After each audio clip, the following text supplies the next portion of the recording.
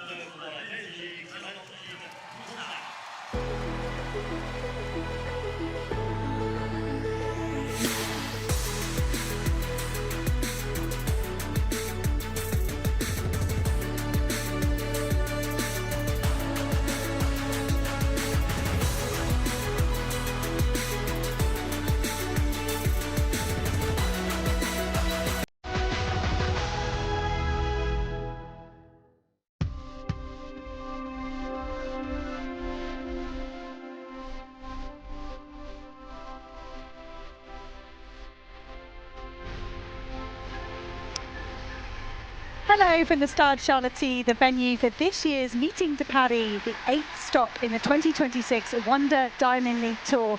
There was much speculation about whether this meet would go ahead. We're delighted that the organisers and the French authorities found a solution. See from the weather graphic there, it's still 29 degrees or so here locally at 6 p.m. Clear skies, it is warm, but it is tolerable. Many of the fans here today will have come to see the 10,000 metre world champion and French darling Jimmy Gressier. He takes on double Olympic bronze medalist Grant Fisher of the USA. That men's 5,000 will be the final event in the programme here today. But the women's 800 could be the event of the year this season. After going third all-time in Stockholm, Audrey WERRO has today's pace set at world record tempo. Today is a Diamond League debut for the other woman, Femke Broders-Bol. See how she stacks up against a high-quality field. We're halfway through the Diamond League season. Athletes are vying for points today to qualify for the final in Brussels and ultimately the chance to lift that Diamond League trophy. Tonight for commentary, you have myself, Hannah England, and alongside me, Tim Hutchins.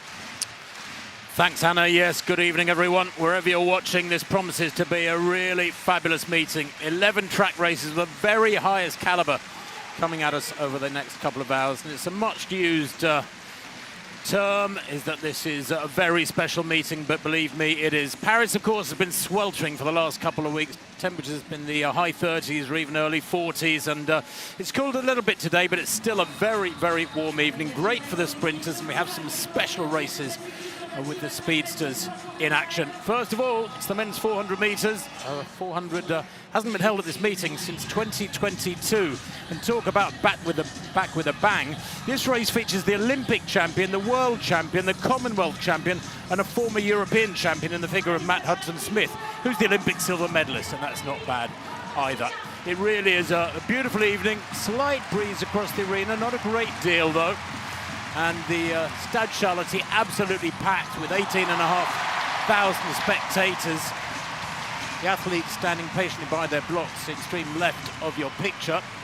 We see this fisheye lens shot of this rather glorious little stadium. It's like a sort of modern Stockholm Stadium. The 1912 Olympic Stadium in Stockholm is so beautiful, but this one is, in its scale, in its coziness, it's very special indeed. Let's have a look at the athletes. There's Jareen Richards, the fastest in the field at 200 metres. Silver medalist at the World Championships in Tokyo, in a personal best and a national record last year. He hasn't raced since Oslo, so a couple of weeks ago. Zaki Vinene, 5th in the World Championships last year, the South African. He goes in 7. He won in Stockholm, very consistent. Couple of quick races early on in Zalman and Rabat. Matt Hudson-Smith, well, fresh from winning the Great Britain title last Sunday. He's been first or second in every race so far this year, the Big Britain in 6. Good lane draw. KEBINATSHIPI, the reigning world champion. He goes to lane 5, the 22-year-old Botswana. World number 3 this year. Had a great win in Xiamen, 43.9. Very small figure, only 5'7", 1 metre 71. There's Luzala Samukonga of Zambia, the Olympic bronze medalist. He's the reigning Commonwealth champion from Birmingham 2022. He's in great form too, had a wonderful run in Xiamen, but was poor in Stockholm and he's 7th there 3 weeks back. Chris Bailey goes in lane 3, the Olympic 6th placer from the USA. Good form, he's won his last couple of races in Xiamen and in Texas in the USA, 44.3 in that most recent race. Quincy Hall, the Olympic champion from this very city, goes in lane 2. Why that lane? Well, he's the slowest in this race this year by well over half a second. He's been struggling for form. He's only had a couple of races, but both poor. He's been 8th and 7th in those 2 races. And Mohamed Counter was due to be in lane 2, and he would appear to be a non-starter. In fact, it's Counter. It's Quincy Hall who is a no-show. And Counter has moved out to lane 2. Well, I'm not surprised. Hall has been really struggling. A lot of injury problems last year, indeed, straight after that Olympic win in 2024. So from the outside, from the inside again, Counter of France goes in lane 2. A very late developer. All his best times in the last 3 years, and he's 31. Chris Bailey, the world indoor champion last year, goes in 3 for the USA. Samukonga, the reigning Commonwealth champion, in 4. KEBINATSHIPI, the reigning world champion, in 5. Hudson Smith goes in 6 for Britain. Nene in 7. And Dream Richards in lane 8.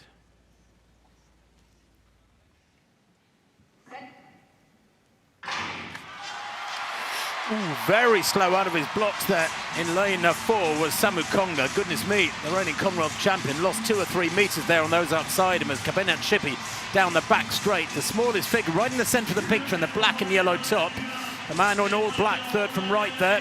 Samukonga has got some ground to make up as they go through 200 metres. Hudson Smith, 3rd from left, nice and aggressive through the first 250, but measured as he moves up alongside Nene. The Stockholm winner. Hudson Smith will come to the straight with a slight lead, but inside him going well is KEBINATSHIPI, the world champion. Down the home straight now and a big run there from outside Hudson Smith from Nene as well. Hudson Smith going backwards as in lane 5 coming through. KEBINATSHIPI takes it there and the time 43.54. It's a new meeting record. Wow. It's the 2nd fastest time in the world this year. He was already 2nd fastest in the world this year. He's improved his own time, if not his ranking, behind Nigeria's Ogazi, who in Eugene at the NCAA's ran 43.38. And that's just to say, there's plenty left, lads. Is that all you had? A Diamond League record, can you believe? Now that does make it a time for the ages. And look at the time for Nene in 2nd, 43.89. Bailey, 44.06. Hudson Smith, well, he really hit the blocks, didn't he, with about 50 or 60 to go, 44.09. Still a season's best for the Brit, Hannah, but he will be disappointed with 4th. And it was quite an abrupt slowing here for Matt Hudson Smith as the athletes around him started to flood forward. Nene looked in control with 50 metres to go, but KEBINATSHIPI, you mentioned that fast start out of the blocks, and we know, 9.89 over 100 now. Coming out of those blocks is going to feel easy. That fast start isn't going to take anything away from him. And to erase Michael Norman's Diamond League record from 2022, there's some run to start the programme here, 43.54, just wonderful. Boy, oh boy, we knew it would be special, and so it was. We're going to catch up with the women's shot put, and we are down to our final 3. Sarah Mitten is leading the way at the moment for Canada. Best though, 1999 in round 3, so she's being reintroduced to the crowd, 2-time world indoor champion. The Olympic champion, Yemisi Mabry, led the competition all the way through to round 3. She's still in 2nd with 1993. This woman, Jessica Skilda, the world leader, is 5 centimetres adrift at the moment from Mabry. It's 1988. You can see from the way Skilda raised her hand and marched off. The Dutch woman is not happy with her showing here today. In the background there, knowing she's got one more throw to take another Diamond League win. But Sarah Mitten, love to hit 20 metres today. She's gone 20.42 already this season in Shanghai.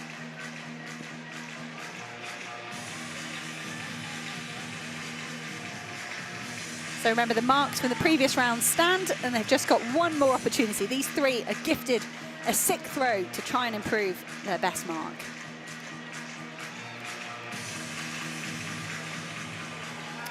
That isn't going to improve the 19.99 for Mitten, the wrong side of the 20-metre mark. Looks like it could be another throw over 19 metres, though.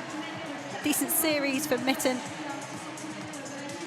And sometimes these shot put circles are quick and fast and you throw far, and sometimes they're just not. You have to almost compare the athletes to each other rather than their marks they might have thrown elsewhere. Mitten mustering a 19.29 in round 6. She stays in the lead, but only as long as Mabry and Schilder don't improve.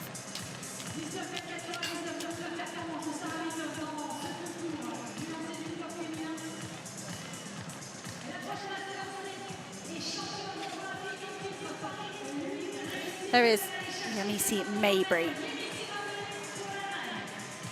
A wonderful day in this city 2 years ago when she took that Olympic title. And she did throw a personal best indoors this season of 20:37. I've got to say, Mabry hasn't found the consistency she would have loved to have had over the last 24 months to back up that Olympic title. But this here today, to be in second place at the moment, it's one of Mabry's best performances of the season so far.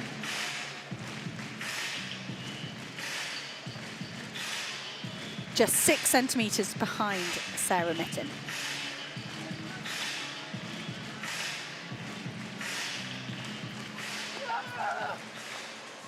Oh, don't think that's close enough to 20 metres to upset the lead or improve on her 19 metres 93.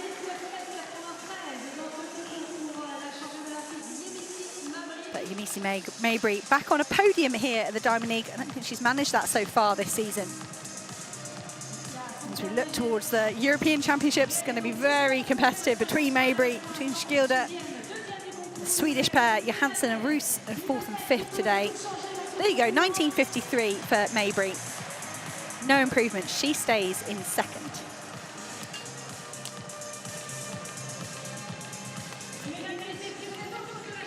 One last throw to upset the order here.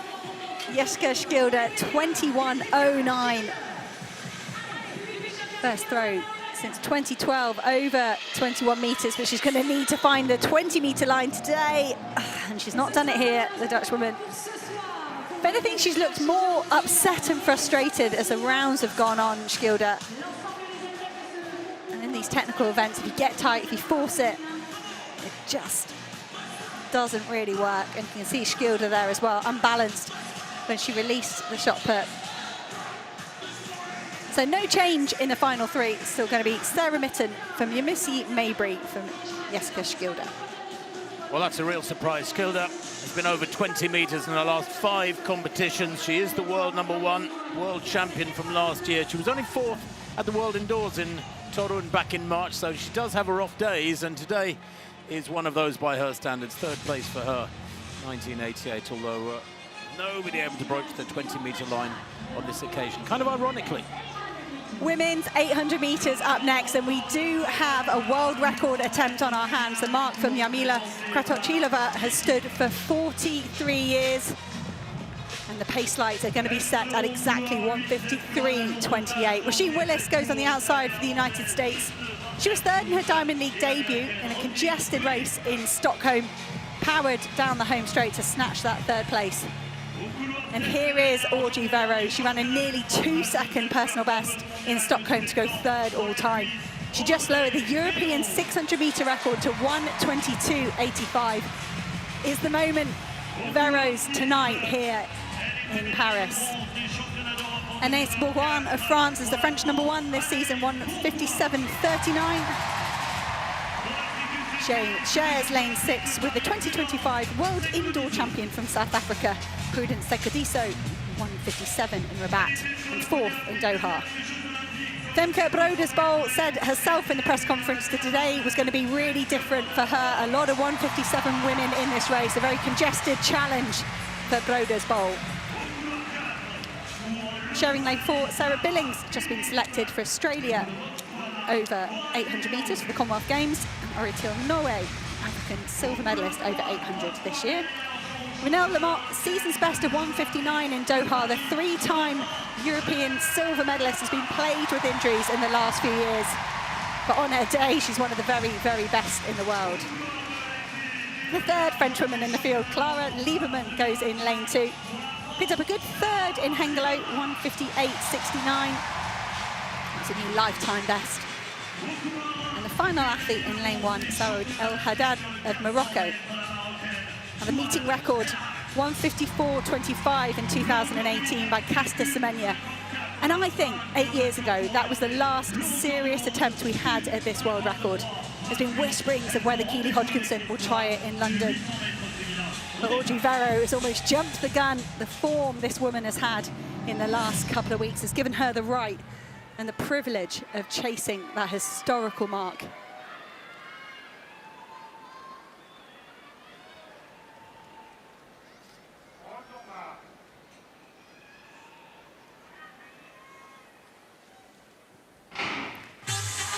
Two laps of the track, absolutely flat out for pretty much all of these women. Audrey Verreau loves to start fast. She's asked for 55.5 through the first 400 metres. Femke Bol has all that leg speed from her sprinting days. That can give her an early lead over the rest of her competitors as well. Great to see Renaud Lamotte putting herself in a competitive position as we go through the first 200 metres. Around about 27, just what they asked for. Yes, the clock didn't stop there, which is a shame, but WERRO nicely positioned, tucked in there behind the pacemaker. Bol learning all the time. She says she feels like a kid in the 800 metres. There's so much learning to be done. But WERRO here has got to judge this absolutely perfectly. It's not a given that this world record is hers, despite that brilliant run in Stockholm. How will she go through here? We're looking for around 55.5, and that is pretty much spot on. Great pacemaking by Van der Schoot. This is brilliant from Audrey Verreau so far. It was her third 200 in Stockholm where she lost a little bit of time when you look at that world record pace, and she let Keely Hodgkinson round her. She then powered to that 1:53.98. But Verreau, if she wants to improve on that new lifetime best, this is the 200 where she's got to make it count. She's right on the lights. Femke Broders-Bol right behind him. It's Anaïs Bourgoin, the first of the French athletes. She's challenging Broders-Bol. 1:25.27 through 600. It's slightly slower than Verreau planned for. It's pretty quick though. But Audrey Verreau, she hasn't got a massive buffer here ahead of the rest of the athletes. She is strong in the closing stages. What a special race here in Paris. Look at the women queued up behind Audrey Verreau. She's right on the pace lights. Could she possibly go 1:43 again? Audrey Verreau giving it everything to the line. It's 1:53.80. She's lowered her own lifetime best. She hasn't hit the world record, but it's another sensational run from Audrey Verreau. She stays third on the all-time lists. And Femke Broders-Bol, I think she's just broken Ellen van Lagen's national record of 1:55.54. We'll wait and see. But another Diamond League record, another win for Audrey Verreau. Well, you know what she didn't have down the back straight? She didn't have Keely Hodgkinson going past her and then somebody to chase through the last 250, and that might have made a difference. She looked, for my money, just a little too relaxed down the back straight, a little too comfortable. If you're chasing a world record, you've got to be working hard. There's got to be aggression written across your features. Relaxation is a good thing, but only to a certain point. That is still an incredible run. 2 events down, 2 Diamond League records gone here in Paris this evening. Look at those times. Broders-Bol is now a serious factor, 1:55. That was some run, and Audrey Verreau ran very measured there. She was controlled down the back straight. I think you're right, Tim. I think she could have benefited from the competitor being alongside her. But the way that Verreau ran this, the measured way she did it, allowed Broders-Bol and Bourgoin to just get a sniff and just to keep believing.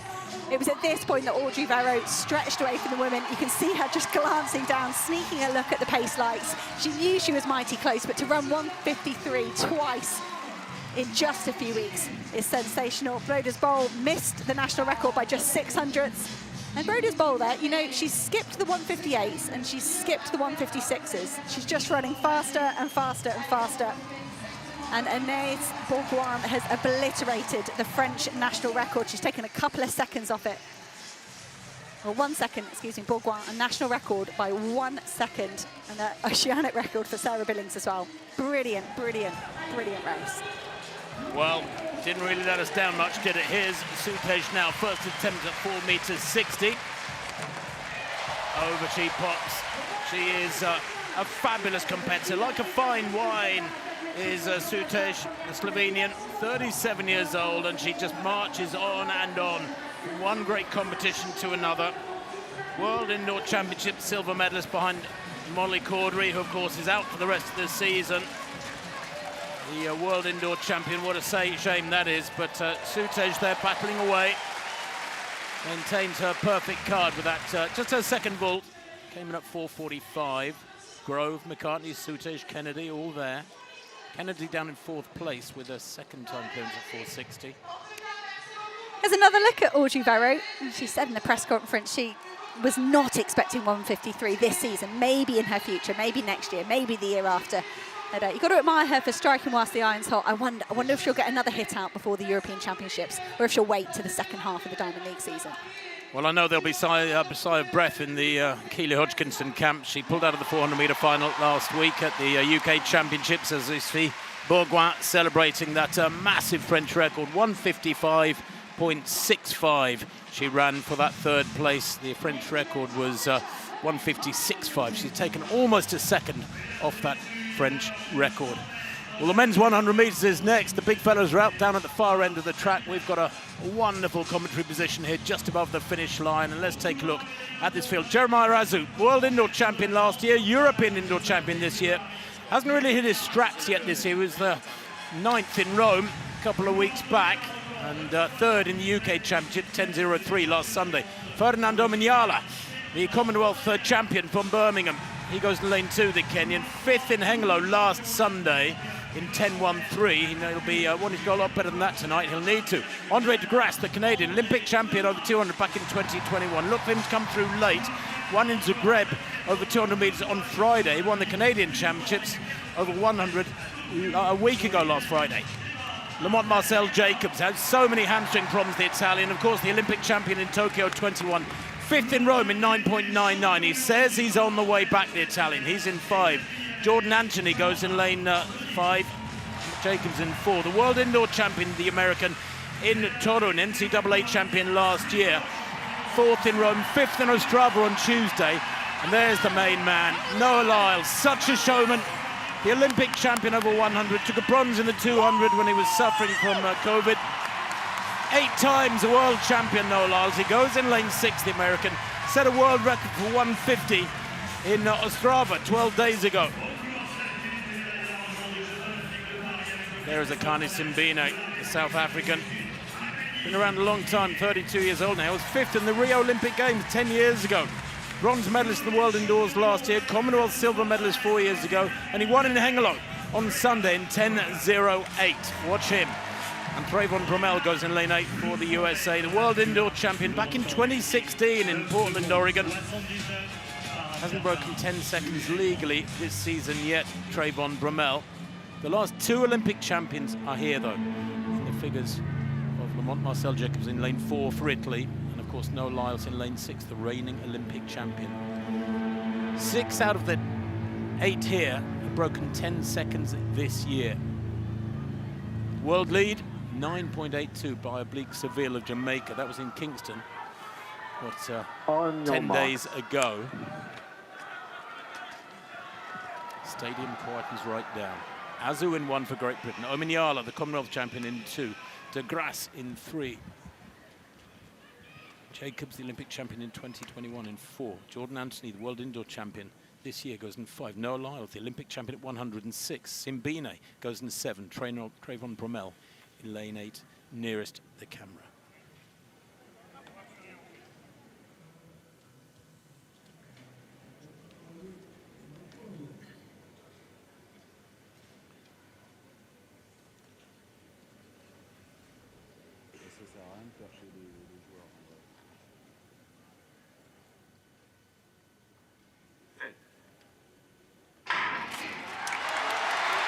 Well, pretty even start there, going really well at the moment. 4th from left is Jordan Anthony, the World Indoor champion. Here comes Lyles in the purple, but on the near side, look at this run from Bromell. Bromell takes it from Lyles. The time, 9.90. It is quick, not a meeting record. That's 9.79 to a certain Mr. Bolt from Jamaica back in 2009. Gosh, 17 years ago now. The world lead, 9.82, survives as well, but 9.91 for Trayvon Bromell. Well, I said in my introduction, he was the only athlete in this field who hadn't broken 10 seconds legally this year. He ran 9.85 in Texas a couple of weeks back, but that was with a 3.8 win behind him. He's a former world indoor champion. At 30, he's one of the oldest in the race. And I tell you what, on the near side, he just came through away from all the major action that was expected between Lyles and Simbine and Anthony, the world indoor champion this year. And what a run it was, Hannah, over there on the left. It was perfect for Trayvon Bromell, and I didn't quite catch what he said, but it was almost a, I'm still here. I got that sort of sentiment. Like, you can chuck me in lane 8 if you want, but I am still here. I'm still capable of mixing it with these guys. I think it's 2 Achilles surgeries Bromell's had. So yes, he's 30, but you look at kind of the mileage in his legs, if you like, the years he's missed. He's probably feeling a lot fresher than you might expect. And that's a big win. Lyles came from miles back. It was a sluggish start, but he couldn't quite catch Bromell. Yeah, Bromell winning 9.91 to Lyles 9.92. If it had been another 20 metres, he might have taken it, Lyles, but it wasn't. Gallica Moser in the women's pole vault. She's sitting on that first-time failure here at 460, so that's costing her in her overall standings.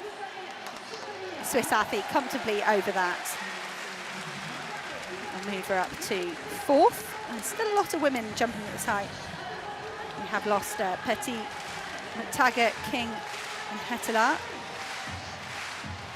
Most of the athletes still vaulting. Moser 480 in Rome. She was 3rd on countback. Top 3 all jumped 480. Here's Nina Kennedy. 2nd attempt at 460 for Kennedy.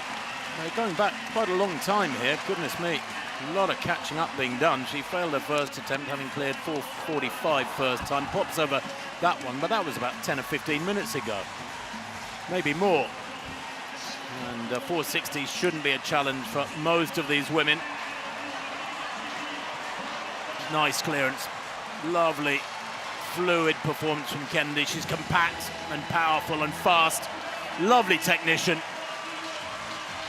It's only her 3rd vault, so plenty of freshness in those legs. Imogen Aris has been competing brilliantly in the last few weeks. It was the 2nd in Rabat. She won in Turkey, won in Ostrava on the Continental Tour Gold. That's a level below the Diamond League. The 3rd attempt for Aris here.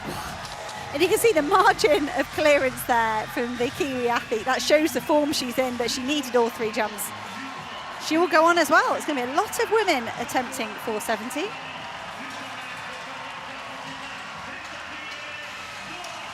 We've actually got the men's and the women's pole vault happening at the same time next to each other. You can see the other pole vault mat set up to the left-hand side of the picture. And I think that's quite nice for the spectators. They're getting a real pole vault fest. It's almost like a street meet out there for the back straight. But these athletes are in the sun. They've been out there for a long time warming up, and all their jumps have been in the sunlight too. Chris Nielsen then, first attempt at 573. He's a member of the 6-metre club. I can tell you that 9 of the world top 10 are here tonight, and 9 of this field have broken 6 metres. Nielsen, one of them. Pops over 573 there to maintain his perfect card. Duplantis has had just 1 vault so far. He came in at 563, popped over that, of course, with no trouble. And Nielsen, well, he won in Hengelo last Sunday with 582. He was 2nd in Doha the week before, 592. That is his season's best. Well, and Curtis Marshall was the man to cause the upset in Stockholm. First person to beat Mondo Duplantis in 3 years.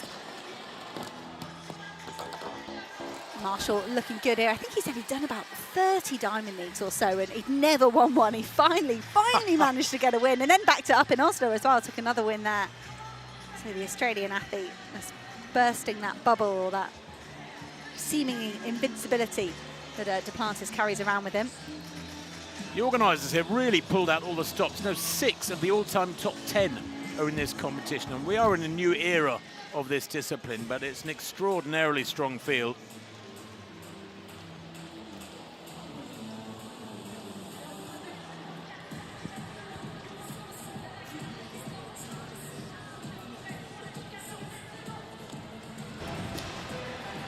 So, Liza McCartney, 4 metres 70 for the Kiwi. First came to fame when she took a medal at the Rio Olympic Games 10 years ago now. Yeah, that's nice from McCartney. And that maintains her clean card. Fourth clearance at the first attempt. Others having failures. Only 3 athletes have gone clear through 460, inclusive, so to speak. McCartney, Olympic bronze medal back in 2016, world indoor silver medalist in 2024. That was in Glasgow, remember, those championships. She's a former polo player, basketball, bit of rugby as well. Eliza McCartney, a multi-talented young lady. Back to the track for the men's 110-metre hurdles. We've got a women's 100 hurdles as well. This men's event, when you look at the French history in it, we've got some fantastic championship pedigree. At the moment, perhaps just trying to rebuild after those Paris Olympics, lost a few of their big stars there to retirement, just a bit of a lull after that big effort. But the crowd here in Stade Charléty will certainly appreciate men's high hurdles. Shinsuke Izumiya will go in lane 1. PB in Zagreb the other day. Qualified with a small queue, qualified on time 13:22. He's done 13 seconds exactly this year. Now, Michael Obasiyi, you can forgive him for going home and packing his bags. He broke his national record in the heats, 13:16. He was so excited. Let's hope he saved a bit of energy for this final. Kendrick Smallwood just took second at the NCAA Championships behind Jacoby Tharp, the new world record holder. He looked brilliant in qualifying. He won his heat earlier on. Trey Cunningham looked good in qualification as well. Finally underneath 13 seconds. It's been coming for years and years. A silver medalist in 2022. It's taken 4 years to break his lifetime best. And Jamal Britt, another man, underneath 13 seconds for the very first time this season. A couple of blopers though for Britt over the last few weeks. A fall in Rome and nearly fell in Doha as well. Takes us to Kendry Menendez, a Cuban who's based in Doha. His first season over the senior hurdles, and he's doing very well. Seniors have to hurdle over a higher height. Rachid Murataki of Japan goes in lane 7 as their national record holder with 12:92 from last year. Thomas Wilkes of France, the only Frenchman to make it through to the final. Yosque Mate was very close, but Wilkes did get the job done. A personal best of 13:27 to get into this final. It was third in Doha. If you remember that men's high hurdles in Doha, it was just a bit of a mess. Lots of heavy hurdle clips. Let's hope for a smoother race here today. Trey Cunningham, Jamal Britt, the 2 Americans in the middle of the field, underneath 13 seconds this season.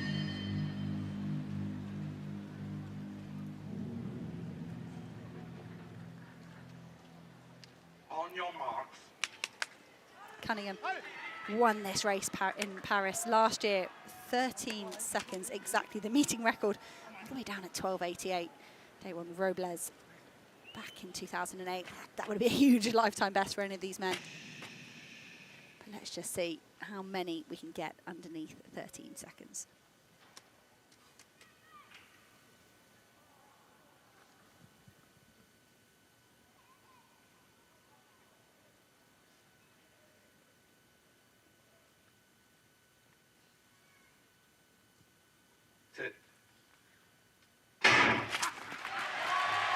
Race to the first hurdle, perhaps to Trey Cunningham.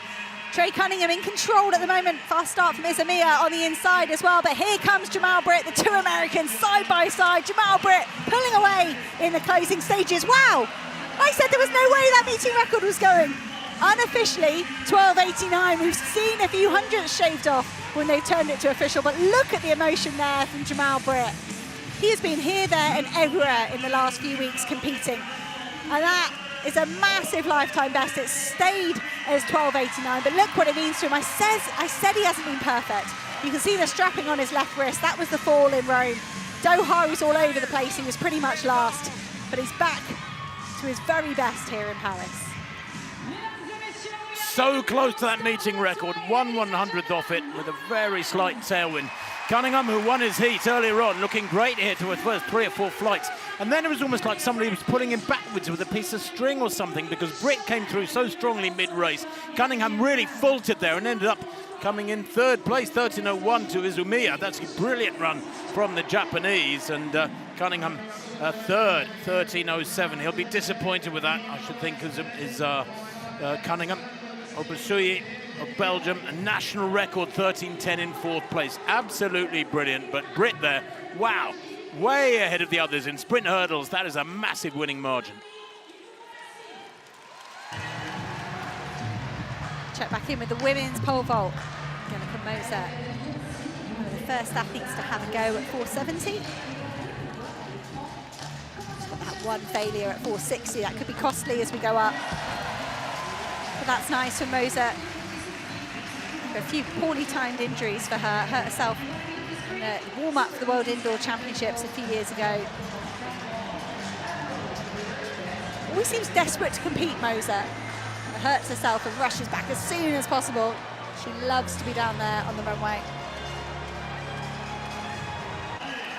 Well, here is Kennedy, Nina Kennedy. Slight hiccup at 460, cleared that 2nd time. This is 470 for the Olympic champion. Yeah, lovely. No trouble at all. She is so consistent, Kennedy. Tough competitor. World champion in Budapest 2023. She won here that year, 2023, summer of 23. And if she is going to be beaten, she always jumps high. She was 2nd in Rome in her last competition in 4 meters 80. And that puts her in 2nd place behind McCartney. Here's our first look at Yan Ziyi. The young Chinese woman is 2nd on the all-time list. Oh, just pausing here because it was her first throw where she, in a Xiamen, where she hit that huge 71-74. I just wanted to make sure I didn't miss something big here in the first round. But it's a more normal start to a competition from Yan, the world junior champion, the world junior record holder. Was too young to go to Tokyo. Now she's a fully fledged senior athlete. No championships for her this year, just that home world championships coming up next September in Beijing. So perhaps this is the year to chase down the world record of Barbara Spatakova, the 67.44. I wouldn't be surprised if that was enough for the win for Yan Ziyi.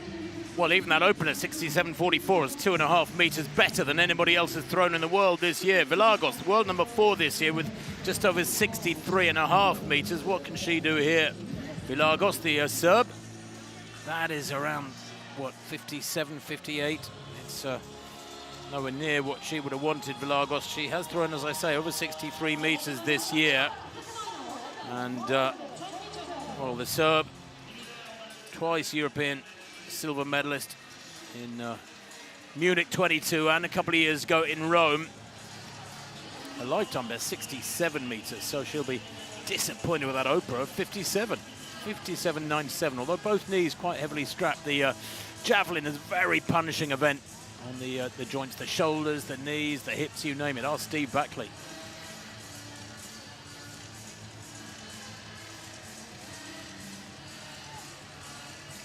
So there's 2 pole vault competitions ongoing, the men's and the women's, running in tandem. Women's javelin getting underway. That'll be the end of our field action after that shot put that concluded at the start of the programme. It gives us a load of races in the track to get stuck into whilst those field events progress. And the next up is the women's 400 metres. Marilady Paulino, the outstanding favourite here in this field. She already holds the meeting record at 48.81. And I just wonder if she wants to get the world leading mark. That's with Tajane Oakley, 48.79. I don't know, maybe Paulino most focused on the win here. We shall see. Lieke Klaver will go in lane 8 for the Netherlands. Bronze medalist at the World Indoor Championships this year. Is getting faster with every race. She was 3rd in Hengelo at the FBK Games on Sunday in 50.6.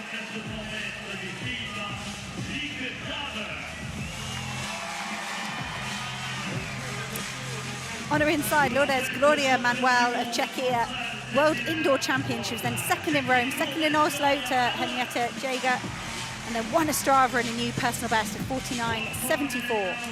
Stacey Ann Williams of Jamaica goes in lane 6. She just won in Zagreb in a lifetime best of 49.48. That was on Friday. She's been under 50 seconds twice this month. Maralady Paulino absolutely dominated in Doha last week. It was an amazing closing 150 metres. She lowered Alison Felix' meeting record by a second, running 48.91. Natalia Bukowiecka was a distant second last Friday in 50.1. There is her season's best, though, for the Olympic bronze medalist. Roxana Gomez of Cuba goes in lane 3. She was 6th in the Tokyo World Championships last summer, and she was 3rd in Doha, 50.23.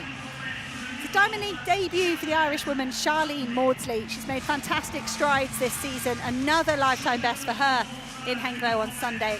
She was 2nd in 50.14. And the final athlete in lane 1, the French number 1 this season, Isabelle Black, new lifetime best of 51.34. A Frenchwoman with a surname that's very well known in Britain. She is the daughter of Olympic silver medalist Roger Black.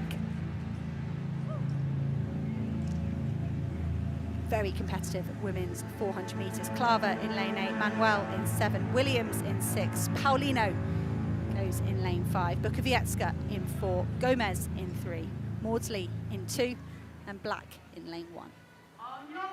Woo!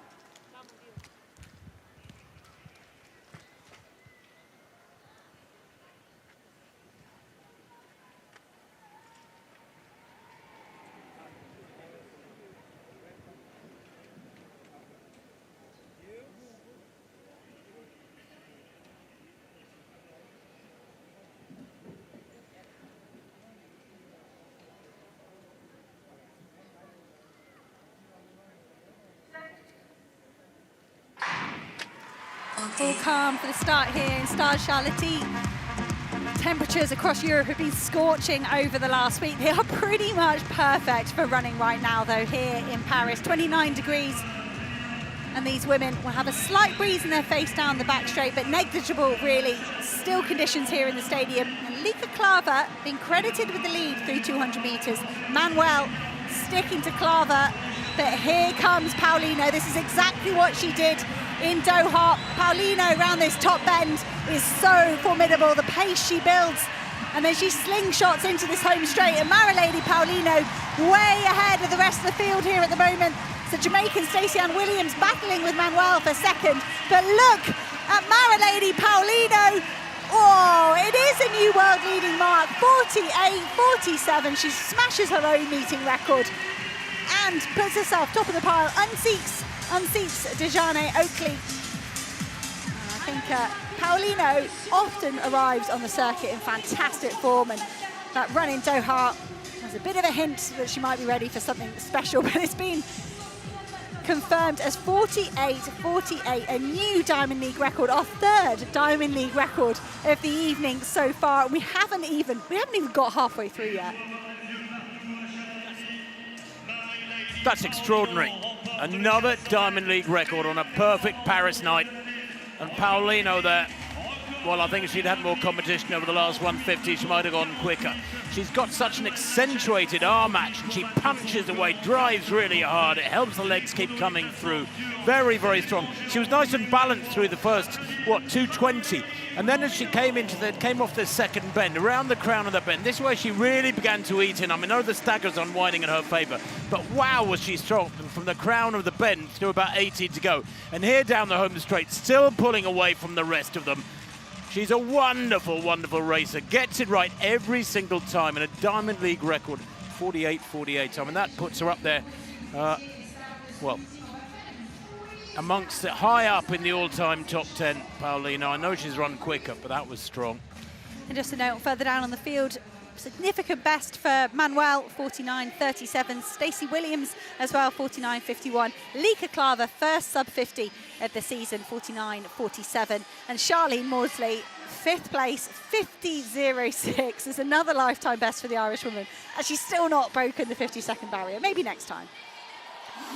Well, let's have a look at this javelin competition, which is building nicely. First round underway. Flor Denis Ruiz Hurtado of Colombia opens there with something just over 60 meters. Hurtado, which is a 66.5-meter thrower at her best. That was a couple of years back, the World Championship silver medalist in Budapest.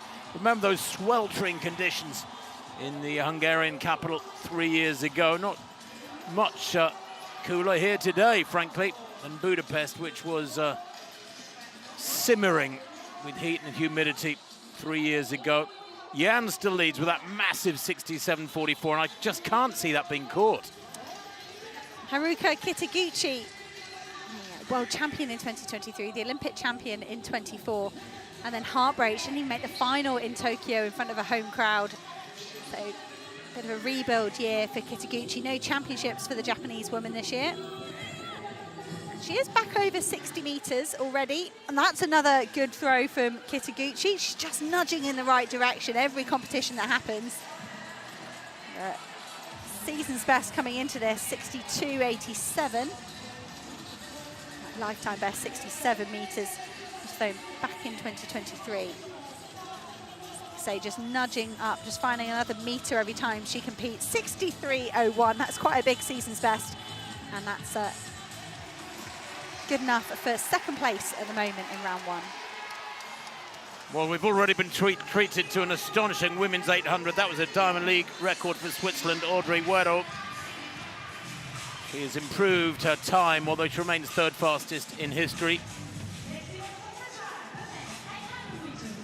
And this should be the men's 800, not the 1500. That's a faulty list there. Ignore that. It is the men's 800 meters, and what a race this promises to be. Nice field, not 13 or 14 like we've seen in recent months. Marco Arot, Budapest world champion 2023. Siradsky is the pacemaker, tasked with going out in 49.8. That's good and sensible. Arop of Canada, the 27-year-old, lovely fella, very consistent. I call him a gentle giant. Second in the Canadian Championships last week over 1,500 meters. There is Gabriel Tual, sixth in the Olympics in this city. European champion in Rome 2 years ago.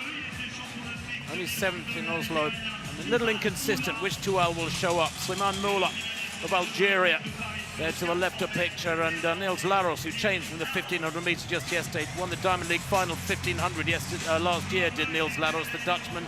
Only one race this year. Ben Patterson in great form this year, the Commonwealth bronze medalist back in 2022. Second in UK Championships last week to Jake Whiteman, but already 1:43.70 this year with a great run in Stockholm. There is Gronstadt of Norway, fourth in Oslo in a personal best 1:43.6.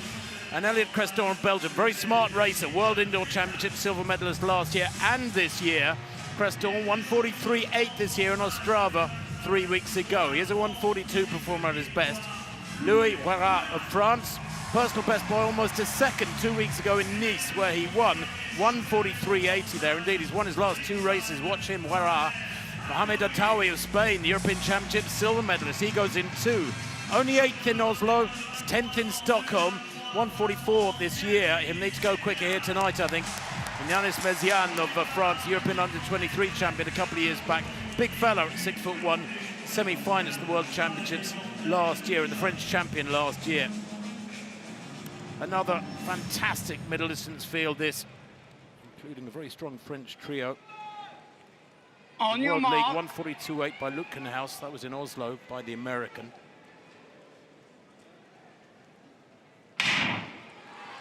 Well, we know the conditions are pretty much perfect. If the pacemaker does a good job here, Siradsky on the outside, and if they go with him, this could be super quick. Fastest time in the world this year, as I say, 1:42.08 by Lutkenhaus in Oslo. That's what they're chasing as they head down the back straight. Watch Arop there on the left in the purple, a big fella, the American, 6'4", 1:93. If he goes with this, and he is doing it, he's hard to get past. He loves to run hard from the front. And there's a faller there. Oh my word, who's gone down? I didn't see that. There was, I think it might have been one of the Frenchmen that just got tangled out behind Meziane, and that's really slowed Creston down, and you can see the second half of the field just struggling to get back on Meziane. But you're right, Arot, when he's full of running, when he's got a clear sight at the track as he goes through the bell in 49.68, the Canadian is so strong. He's going to be hard to catch here at up, although has he judged it right? He probably went through in under 50. He's getting away from them, 300 metres to run, and that's a massive gap as the pacemaker drops out. It's about 12 metres back to the pack there. Méziane in second. Creston's got a massive work to do. That's a 15-metre gap and more with 200 metres to run for Arup. Watch him here. This is a man who believes he has the world records in his capability. Round the crown of the bend. That's probably 20 metres. Creston trying to come through now as the pack battle away with 100 metres to run. And Marco Arup for Canada, the world champion in 2023, holds that 20-metre gap towards the line. He's fading a little bit now. It's not quite as quick as I think as that world record holder, Rudisha, but he crosses the line, 1:41.86, the fastest time in the world this year. Wow, it's not a personal best. He's run half a second quicker, but it is mighty kick, 1:41.84. It's adjusted to for Marco Arup. And I'll tell you what, the gulf behind him underlined the quality of that run. It really did. Marco Arup was right up behind the pacemaker. He picked up the gauntlet thrown down and ran with it, ran away with it, in fact, over the last 300 metres. I don't think I've seen a very fast 800 against a field of that calibre, Hannah, with a gap of 20 metres going in the last 200 metres ever. I mean, that was extraordinary from Arup. He never gave them a sniff. Good times behind him. Look, Laros, Gronstad, Patterson all well below 1:44. But Arup, a class apart. I think the advantage here for Arup, not having Wanyonyi, not having Luchtenhaus, not having Josh Hoey, and Max Berger, those guys, is he just run his own race and take a bit of a risk there. I think had the field been deeper with those other guys that have run 1:41, 1:42 low, the Canadian might have had to take it cautiously. But instead he go, you know what, I'm just going to roll the dice, I'm just going to have a go. See what happens if I go out in sub 50 and then push. And he was faltering ever so slightly in the last 20 or 30 metres. But at least he found his limit today. And perhaps next time he is up against those guys, when he knows he's in 1:41 shape, no one else has managed that so far this year, that will give him the confidence to take this running style, these tactics, against those guys as well. He looked strong there, didn't it, going through 200 metres to run. You're right, he faded a little bit the last 50, he was struggling. Maybe he could have been a little bit quicker at 400. I mean, you know, these days, sub 50, and he was just under 50 at 400. There's nothing that special. Another half second or so at 400, maybe it would have given a bit more of a cushion there. He was very aggressive down the back straight. Confirmation of that win for Arup. A world lead, 1:41.84. Laros, a fabulous second, a personal best for the Dutchman. And in third place, Gronstad of Norway. A fabulous run from him too. Adriana Villagosh, 57.97 at the moment. It's got her down in 8th place. The double European Championship silver medalist. Ooh, might have popped herself in the top 3 here. Next up towards, getting up towards the 65-metre line. And they're throwing with an ever slight following wind here, the javelin women. That's what we like to see. If they can get the trajectory of the javelin right, take advantage of that, it can yield an extra few metres. 63.83 for Villagosh, and that puts her in second. So, Chris Nielsen then, one failure at 5 metres 83. Perfect up to this height, but a little hiccup now. Is well within his compass.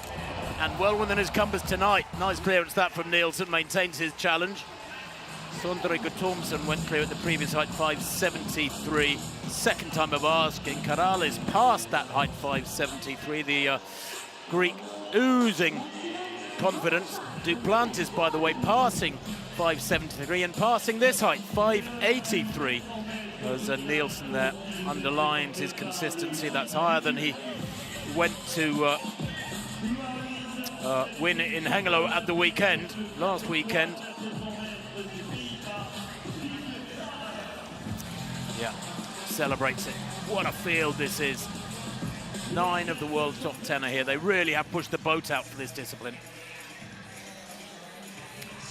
Well, men's and women's pole vault still ongoing, as is the javelin, but back for some more middle distance action in case we hadn't already been spoilt by the two fantastic 800 metres.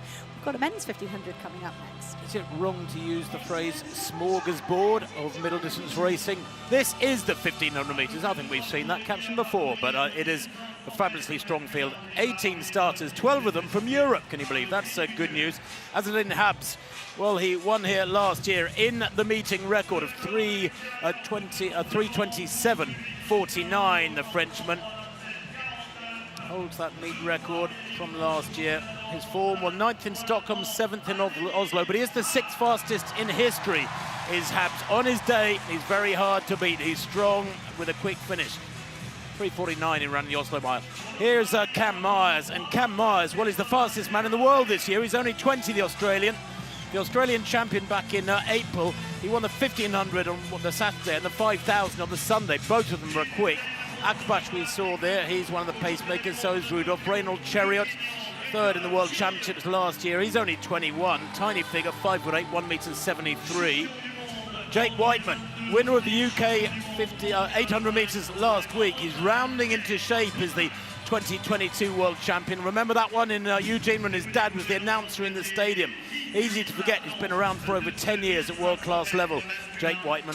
Abel Kipsang is out there as well. Held the Olympic record for 2 days back in 2021 till Jakob Ingebrigtsen went and broke it. Ingebrigtsen still recovering from Achilles surgery last winter. Others to look out for. Stefan Nielsen set his personal best, won 5th here last year. The Dutchman for Hayden, Norda, Zot, Siati, and Solmini. Koskoren, the Irishman, goes in this one. Chaudard of France, Messaoudi of Morocco, Essay of Morocco, and Suitouan Legris of France in this field as well. It's a nice-sized field. Akbash will take them out. We're looking for 55.5 and then 151.5, which is a good, sensible tempo. Just looking for the world #1 Myers at the moment. There's Myers in 3rd place. Yes, good aggressive running from him. He's a young talent who many feel could do some real damage to the record books. And therefore, at this caliber, Hannah, and that's in fact they go through 300 in single file, shows the pace is quick. The pacemaking absolutely critical to get right. This men's 1500 here in Paris is building a reputation year on year as being the race to get into if you want to run fast. And Cam Myers with that world-leading mark, I feel like in Stockholm he tried to front run and got caught by Nagus. In Oslo he tried to sit back and he left it too late. So I'm interested to see what the Australian's going to do today. He's first out of the races behind the two pacemakers, and he's got that Frenchman, the national record holder, the meeting record holder, the hero last year, in a perfect position. I think Abs will be absolutely delighted to have Myers just ahead of him. Yeah, Habs in 4th place, Myers in 3rd. Doesn't mind front-running Myers. Indeed, he front-ran to the Australian 1500 title back in April in Sydney and ran 3:29 there. 2nd pacemaker looking strong now, Zach Rudolf. He's got to do the job well here, the Slovenian. They come through with 2 laps to run. And this 2nd lap maybe not quite as quick as it needed to be.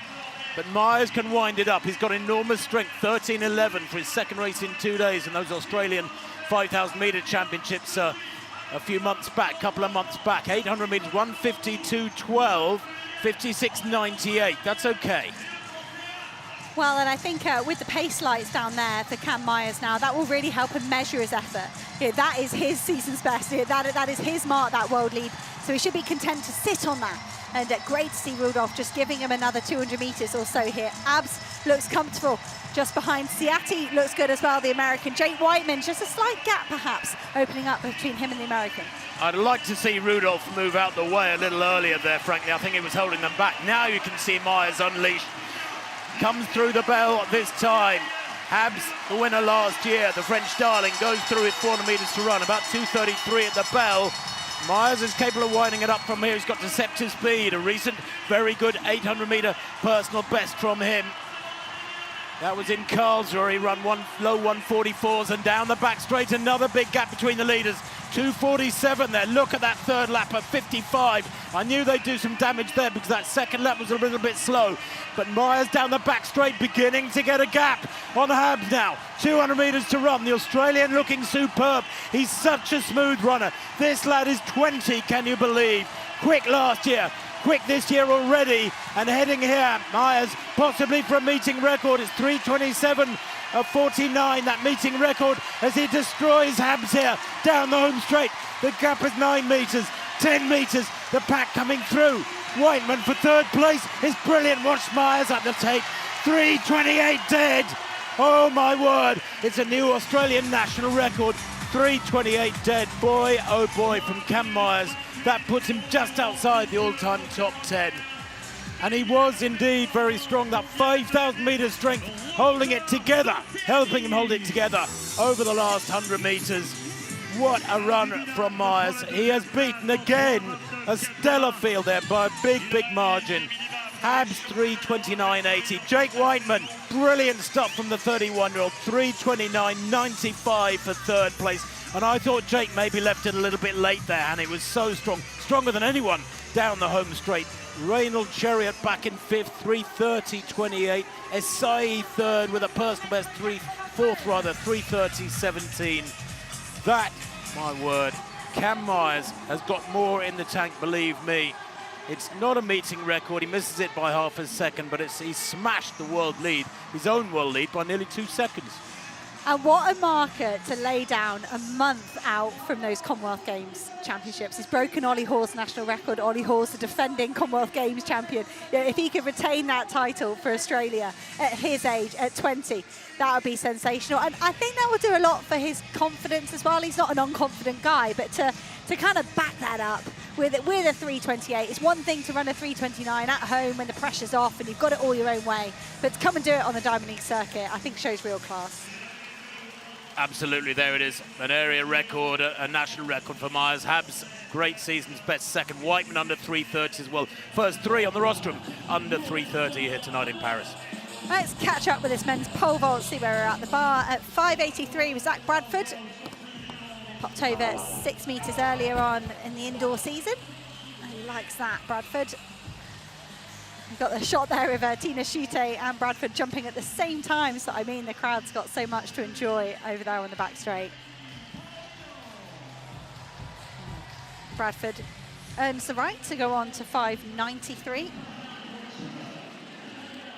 We've got, as Tim mentioned, a bit of a passing game going on here. Duplantis down in 9th place at the moment because he's just had one clearance of 5:63, but he passed 5:73 and this 5:83. So Sondre Guttormsen actually gone over 6 metres 3 times this season, getting pretty consistent over that benchmark. 2 attempts at 5:73, and now 2 for 5:83 as well, but he's over.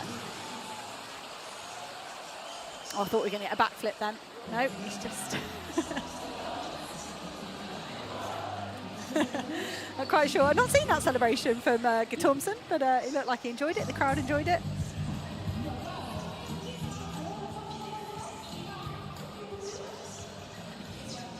A little bit of extra speed there from Guttormsen, who's becoming a pretty consistent performer, the powerfully built Norwegian. He's a 6:06 performer since that indoor clearance in Rouen back in March. Now Karalis came in at 5:63, a little sighting vault that. Passed at 5:73. Only his second vault here. He's fresh. 5:83. Oh, nice. And he's well clear of that. Boy, I hope we get the bar shot because I think he was way, way above that. And he knows it and he's trying to contain it now. He's one of those fellas who wears his heart in his sleeve. He's just trying to keep all that energy internal at the moment. Internalized, I should say. Take a look at this. Now let's get that shot from up there. I hope we can. He is super consistent. He's probably, after Mondo and Lavillenie, there you go. Now that's more like it. 12, 13 centimetres, the gap between him and the bar. It looked a lot more than that to me, but he's probably the most consistent over 6 metres after Mondo and Lavillenie in recent history. Baptiste Thierry living life dangerously, but he gets it done. third and final attempt at 5.83. He'll be delighted to have got that done there.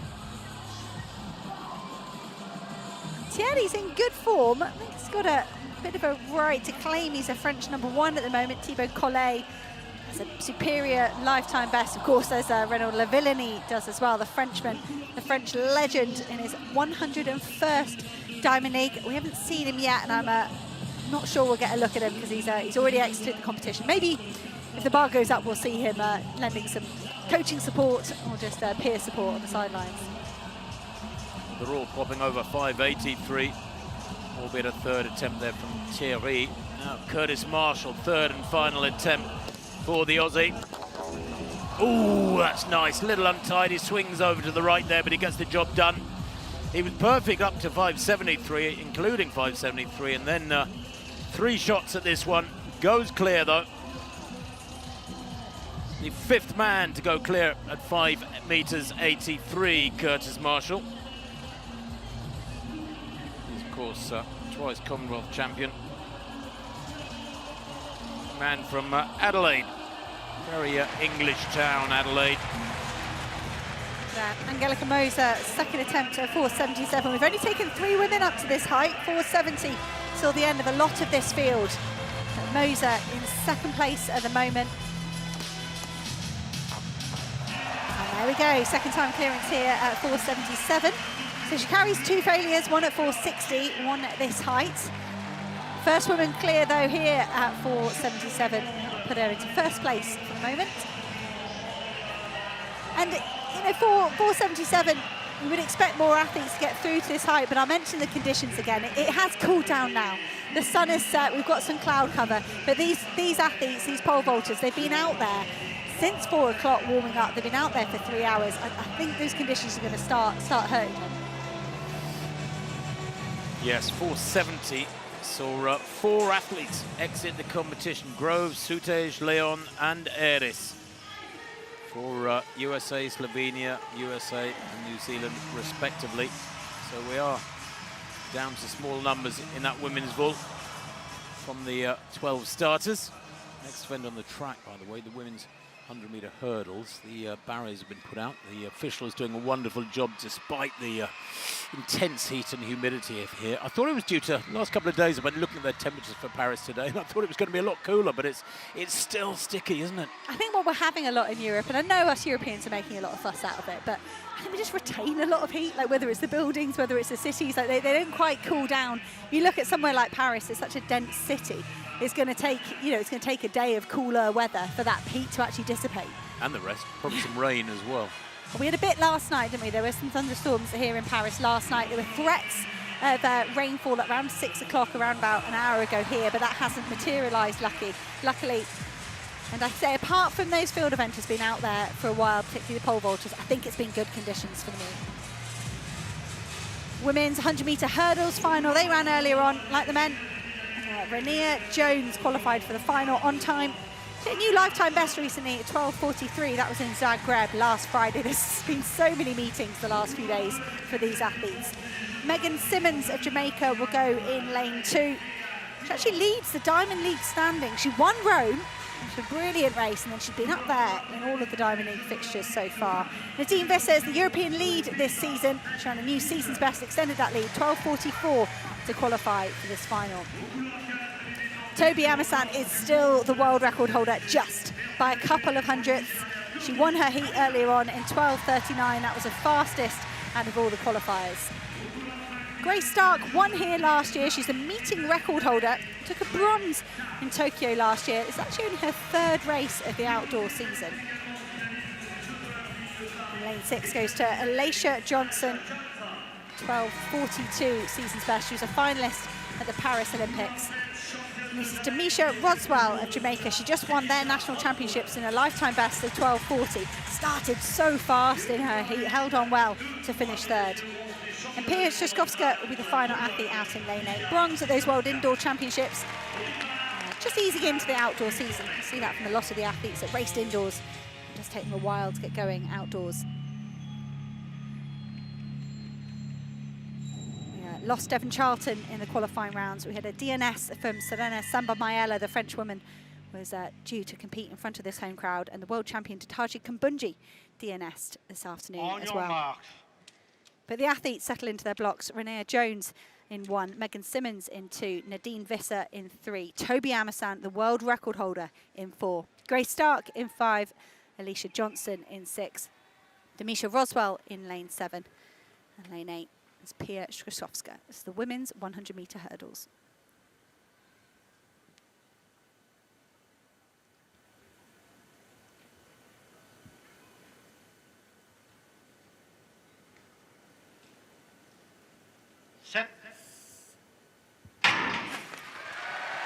We're in the middle of the field, perhaps Toby Amersan or Nadine Visser in lane 3. Visser going well at the moment. She's got a jump on the world record holder. Grace Stark fading ever so slightly, but here comes Toby Amersan off the final flight, 12:27. If that's confirmed, that'll be a new season's best for her. Amersan just seemed to falter slightly in the middle of the race, come back. And Visser, in the last couple of hurdles, didn't quite go the Dutch woman's way. A confirmed win for Toby Amersan. Great silver in Tokyo last year. It was actually her first podium since she won the world title back in 2022. Well, that was a very similar race from Visser as Cunningham in the men's race. He led for about 6 flights and then went backwards. And Visser here, third from right, looked fabulous. I thought she had the race put to bed by about hurdle 4 or 5. And then she just seemed to falter, lost momentum as Stark and Amersan there taking it by quite a big margin. 12:28 to 12:38. That's about 3/4 of a metre, maybe more. Stark, the American, coming through for his season's best. Amersan equaling her season's best. And Alicia Johnson actually snatching third from Visser, who was going backwards. But season's best for all the top 5 in that one. I think they've taken advantage of the conditions here. Amersan rounded up to 12:28, equaling her season's best, followed home by Grace Stark and Nadine Visser, also in season's best. Well, Baptiste Thierry, 5.93 meters. Now remember, he had to take 3 pots at the previous height, 5.83 Thierry. Indeed, he hasn't cleared a height first time all evening yet, but he does now. Oh, wow! The crowd loving it. Absolutely loving it. And they're close up against the crowd on the back straight. They're outside the track. They're about 30 meters past the 1500 start. The crowd getting a really almost hands-on feel for this pole vault. 5.93, that's a personal best for Baptiste Thierry. And the French have got a new hero in this so demanding a discipline as the light begins to go out in La Villeni's career. And tonight, by the way, La Villeni making his 105th appearance in a Diamond League. He took 3 attempts at 5.43, then passed 5.63 and went out at 5.73, but his career with Olympic medals and Olympic titles and world records galore has been quite astonishing. We know this fella. Oh, all too easy. All too easy. Boy, oh boy. Mondo, his second vault of the evening, came in at 5.63, popped over that first time, passed at 5.73 and 5.83 and 5.93 there for the world record holder who won here last year. He won here in 2024, going for his third Meeting de Paris title here in the Stade de Charléty. And both he and Corrales trying to keep their vaults to a minimum, Hannah, so they're fresh for the big heights. And I wonder, Duplantis said he felt slightly kind of off in Stockholm, and I almost wonder, doing less heights, whether that builds that anticipation and sort of helps keep him focused. Making the stakes kind of unnecessarily high might really kind of focus his motivation. Well, speaking of focus, he lost a bit of focus, didn't he, in Stockholm with his wedding almost on top of him. He was entitled. He had an excuse, I think, for that. As you said, his first loss in 3 years. But the action on the track, while the field begins to build nicely in that pole vault, at least, and the women's pole vault. So the action on the track continues. The next event is the steeplechase. No barriers on the first lap. There's the field. What a big field it is. 22 of them out there, more like a cross-country race lining up there. Pacemakers, Abderrafia Boissel of Morocco and Wilberforce Chemiat Kones of Kenya, tasked with going out. It's about 8-minute tempo, that's the target, 2:42 the first kilometre. Kibiwat, Abraham Kibiwat, the Olympic bronze medalist here. He's 30 years old now, he's in good form, 3rd in Stockholm, 4th in Doha. Tiny fella, 5'8", 1m73. Arche of Spain there, European bronze medalist back in 2022. He's the oldest in the race at 34, very experienced. Tindoufd, watch him, the Moroccan, he's an 8:10 performer, personal best on Strava 12 days ago. Caranjon of France, the World University Games champion last year. His first outdoor track race of 2026, this. He's had road races in Lille and a little bit of indoor racing. Bebendorf of Germany, the European bronze medalist a couple of years back, 6 times the German champion. 8:14 this year. His lifetime best 8:08. He'll need to go quicker than that, because I think this will be quick. Still only 15 men in history ever under 8 minutes. It's still a very, very special mark. And this track is quick for these fellas. They know that this, back in 2023, is the venue for Germa's world record, 7:52.11. The Ethiopian ran here at this meeting 3 years back. Germa, by the way, goes in the 5,000 metres in a couple of races' time. That promises to be a wonder race too, as this big field is sorted out by the officials. Crikey. Starting almost midway on the back straight. The world best held by El Bakali from Rabat. The 31st of May, ran 7:57. Don't know if we'll see sub-8 tonight. Depends if they go with the pacemakers.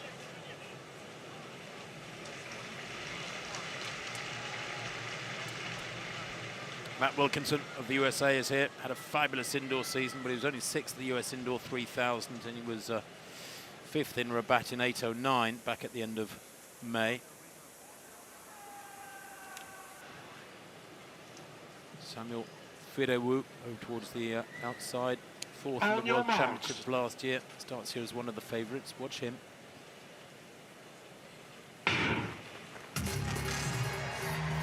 Well, away they go.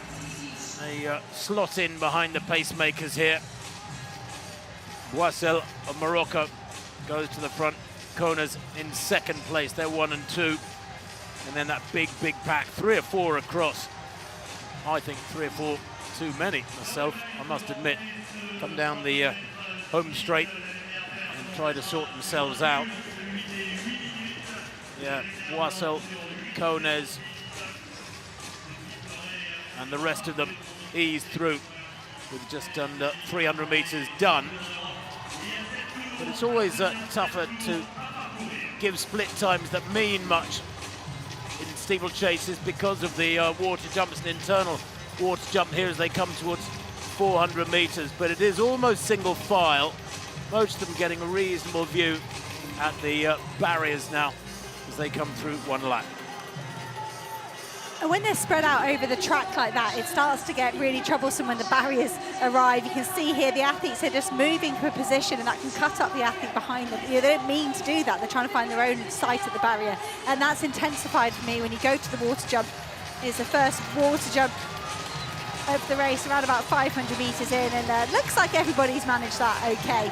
But I think this race is going to be as much staying on your feet and trying to keep your rhythm as trying to run an even pace and run a fast time. Just to note, the European qualifying mark is 8:20 in this event. The French team actually have 6 men under that already, but some of the other Europeans in the race, they might really be hunting for that 8:20. 6 laps to go. Godana in 3rd place behind the 2 pacemakers. The Ethiopian 20-year-old won the African Championships in Accra, Ghana, just a few weeks ago. 2nd in the Ethiopian Championships, and he won the Nairobi Continental Tour back at the end of April. Best of 8:14. That was in Nairobi at high altitude, remember, so I suspect that's worth quite a few seconds. Godana, though, in 3rd place, relatively inexperienced, has got to try and go with these pacemakers. And he may produce something special here. Serem back at about 6th place at the moment.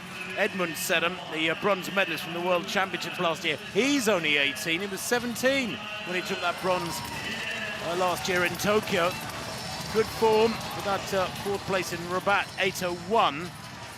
And there's only two athletes, El Bakali and the German Ruppert, who have broken 8 minutes this year. Ruppert, of course, with a European record in Rabat. Actually, excuse me, there's three athletes under 8 minutes this year. They come through after 5 laps. 2:41.6, that's good pacemaking at 1K.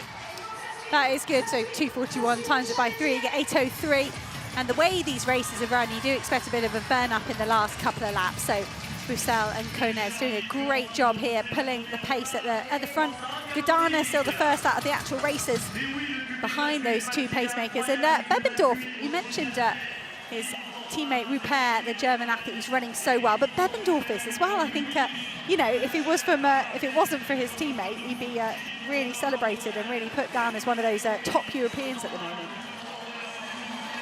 Yes, I like Bebendorf's motto. He says, don't dream of winning, train for it. Water jump being negotiated by this big field there. Everybody over that safe. There they come into the straight. Kona's leading. Gudana, the African champion, in second. Bebendorf in third. Kibiwat fourth. Sedam on the outside in fifth. Moving through now is Firawu. Watch him. The Ethiopian, he's only 22, but a good second in Doha 9 days ago in 8:10. As they head out with just under 4 laps to run. Not ideal conditions. I mean, I think, what's the temperature, Hannah? 32, 33, something like that? It says 28 right now. I know it feels hotter. I think, you know... It certainly does. There's not much of a breeze going to sort of cool that off. At least these guys get to jump into that water, although that water's been out there all day. That is the Paris temperature you're looking at. It's not this stadium temperature, It is. Oh, I don't know. It's local temperature. I think this men's steeplechase, the men's 5K, I think a few athletes should be thinking about adjusting their target by, 2 or 3 seconds per kilometre, just to allow for the hot conditions. Edmund Serum not stepping on the barrier there, just hopping straight over. And you mentioned he was 18, he's the World Under-20 champion, the athlete there in third place. He can go and defend that title in Eugene. He can be back-to-back World Under-20 champion if he wants to. I wonder if the Kenyan would look at the Commonwealth Games instead. Serum and Firawu going through there in third and fourth. Firawu moves into third place. Konez still leads the second pacemaker. Gudana in second place. Bebendorf back in fifth, moving strongly as they will get to 2K very soon. Remember that first kilometre, 2:41. Another run of those would be perfect, and then a bit of a wind-up. We might see a sub-8 yet. Konez, Gudana, Firawu. This is an event that used to belong to the Kenyans, but the Ethiopians have gradually got their hands onto it more and more this last 3 or 4 years. They have the world record holder, Garama, who was still suffering from that fall when he was concussed so bad in the Olympic final steeplechase a couple of years back. It'll be interesting to see how he goes here tonight as they negotiate that steeplechase with a couple of laps to go. Well, Gudana seems the only man determined to get back on terms with the 8-minute light here. Firawu was good in his last outing in Doha. He has got great credentials, great personal best, but he doesn't always deliver consistently on this Diamond League circuit. He's pulling Serum back towards Gudana, though, in a big move from Matt Wilkinson of America. He's just picking off athletes every 200 metres. Well, that second kilometre was exactly 2:44. It's much slower up to 2:41, which is promising. He went through 2K in 5:25. Down the back straight now. Gudana with about a 5-metre lead. Firawu in second, Serum third. Tinduft in fourth, just watching them nicely at the moment. Bebendorf, excuse me, in fourth as they go through with 600 metres to run. Could be a bit of a burn-up, this one. El Bakali would be relishing this with 3:32 speed. But each barrier becomes more and more significant there, and he takes that wonderfully. Gudana leapt off the barrier of the water jump at the penultimate time like a mountain goat as he comes into the straight. Little glance over his shoulder. Serum closing up on him in second. Firawu third. Bebendorf in fourth. Big gap behind them, about 15 metres back to the pack. The bell is time. About 7:03 at the bell. I don't think we're going to see a sub-8-minute clocking, but we are going to see a wonderful race with these four now battling it out as Gudana continues to lead into the back straight. Serum in second, Firawu third, Bebendorf waving the European flag, so to speak. Only 7th in Stockholm in that season's best of 8:14. He's going to be a lot quicker here tonight. He's moving well, the German there, in the green to right of picture. 200 metres to run, and still Godana is holding that critical 3-metre lead or so. As Sedem in second tries to close it down. Babendorf into third. He's building here nicely, is the German. Eases past Fidderwu in fourth as they come into the straight. Godana leading, but Babendorf has got momentum, looks nice and relaxed. Godana being challenged for the final ton. He kicks hard. The German, though, is irresistible over the last 50. Eases through to win it by a couple of metres. He looks like he's got so much more in the tank. 8:05 for Babendorf there. It's a big personal best for the German. His previous best 8:08 in Monaco last year. He judged that to perfection, did just enough and no more, the 6-time German champion. And with that, Hannah, I think he's put himself right in the frame as one of the 2 or 3 favourites for the European title. Turns back the best of Africa on this occasion.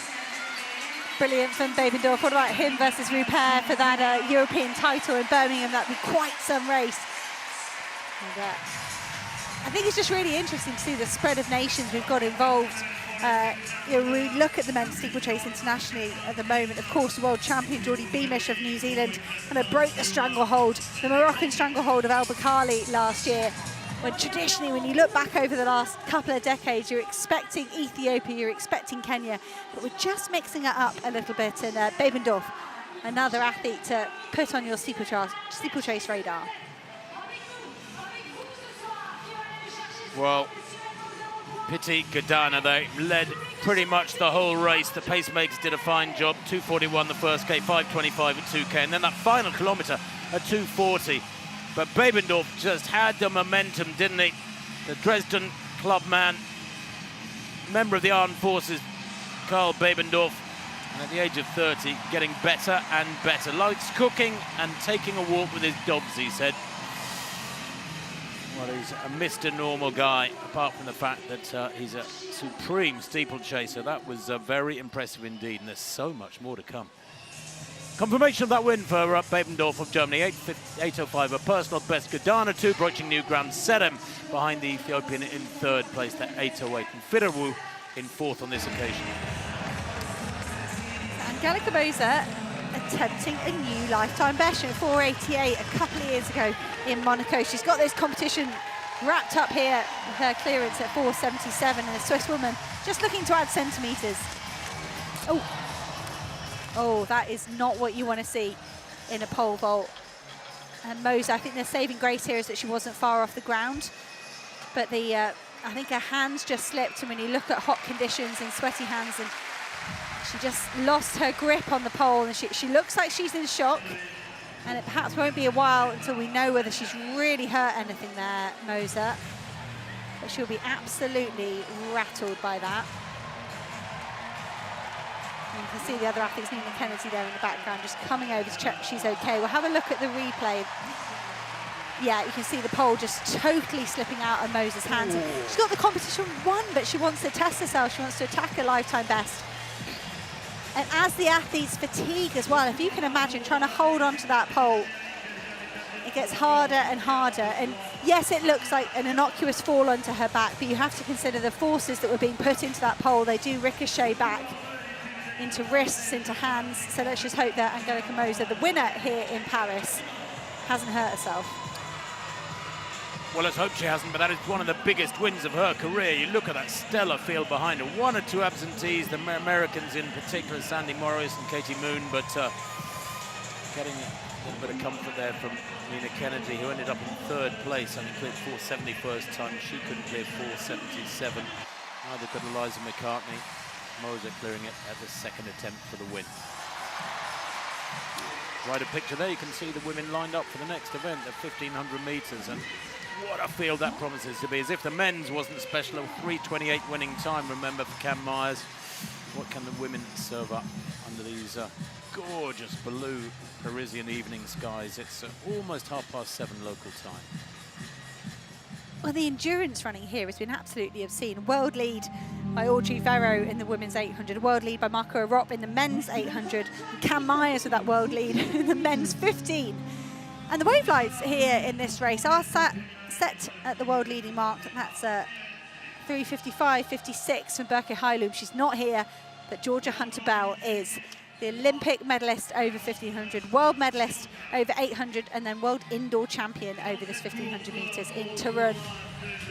And a sensational front-running effort at the British Championships last week on 55.93. It's her second fastest time ever. And she's alongside Jessica Hull, the silver medalist from Paris 2 years ago. And this is Hull's first race in 5 weeks. She's been away training in St. Moritz. So it'll be interesting to see what that's done to the Australians' form. Feronie Hailu of Ethiopia won in Rabat in 3:58 and then won the 3K in Oslo as well. For the home favourite, Agathe Guimot of France, the national record holder, 3:56.69, set at the Olympic Games. It's in good form, sub-4 and sub-2 this season. Most of these women in good form so far, many of them under 4 minutes already, many of them very close. It's the silver, Katie Snowden stuck on that 4 dead at the moment. There'll be 2 athletes who be desperate to nip underneath at 4 minutes. Don't snooze on Abby Caldwell as well, the winner in Xiamen, has got a great kick on her. She's in the middle of the field for Australia. And we'll see who fancies the fast pace. It's Andrea Rodriguez of Spain that's been asked to do the pacemaking, and she's been asked to go pretty quick, 2:05, 2:36.5 through the kilometre. And I've got to say, for an athlete whose lifetime best over 1500 is just 4:28, I think this is a really tough ask for Rodriguez. She has gone 2 dead this season, but when you're a 2 dead runner, to run 2:05 is pretty tricky. Luckily, nowadays, you get the pace lights to help you. And Georgia Hunter-Bell has said she feels like she's in good form and she'd love to really test her limits, but she's not necessarily a natural front runner. The Brit just really likes to win. That's the most important thing for her. So I think Hunter-Bell will be delighted that Feronie Hailu and Jess Hull are ahead of her as they go through 300 metres. Yeah, question mark for me is whether or not there's been a reset from Jessica Hull, the Olympic silver medalist. Hull, who hasn't raced for over a month since the Diamond Leagues in China. They go through 400 metres there, 61.88. That is nice and quick. That's very healthy indeed. And I'm expecting something special from Hunter-Bell here. Remember, she won the Rome Diamond League in 3:58. It destroyed the field there. She won it at a canter. And we know after that fast 800 last week, she's got many seconds in the bank. She's tucked in perfectly at 4th place at the moment there, behind the pacemaker and Hull in 2nd place and the Ethiopian Hailu in 3rd place. But I'm looking for Georgia to do something special here in the second half. And we know that Jessica Hull, when she's in form, she likes to front run, she likes to push from the front. She benefited from having some fantastic races and being pulled along by Faith Kipyegon. And that really helped her find her limit, that she could go all the way down to 350. So Jessica Hull's got that feedback. When she hits something in training, she can compare it to that brilliant 2024 and take that confidence onto the track. But Jessica Hull almost clipping the heels of the pacemaker here. Feronie Hailu has just opened up a gap here behind Hull. And I think Georgia Hunter-Bell and Agathe Guimot have got to be careful here. They don't let that gap to Jessica Hull grow any larger as they go through 800 metres in 2:05. Yes, Hunter-Bell, a very astute racer to her credit. She's in the middle of that trio left of picture as Hull hits 600 metres to run. Hailu in 2nd place to make a long charge from home. You mentioned quite rightly, Hannah, that she ran a really good 3,000 in Oslo, 8:24. What, a couple of weeks back now. They're bunching the main pack, but some way back behind this quartet. And I'd like to see Hunter-Bell move up now and begin an attack as they come through the belt. Well, great to see Feronie Hailu close the gap onto Jess Hull. They're just letting the lights drift away from them ever so slightly. The lights set at 3:55, but they take the bell in 2:54.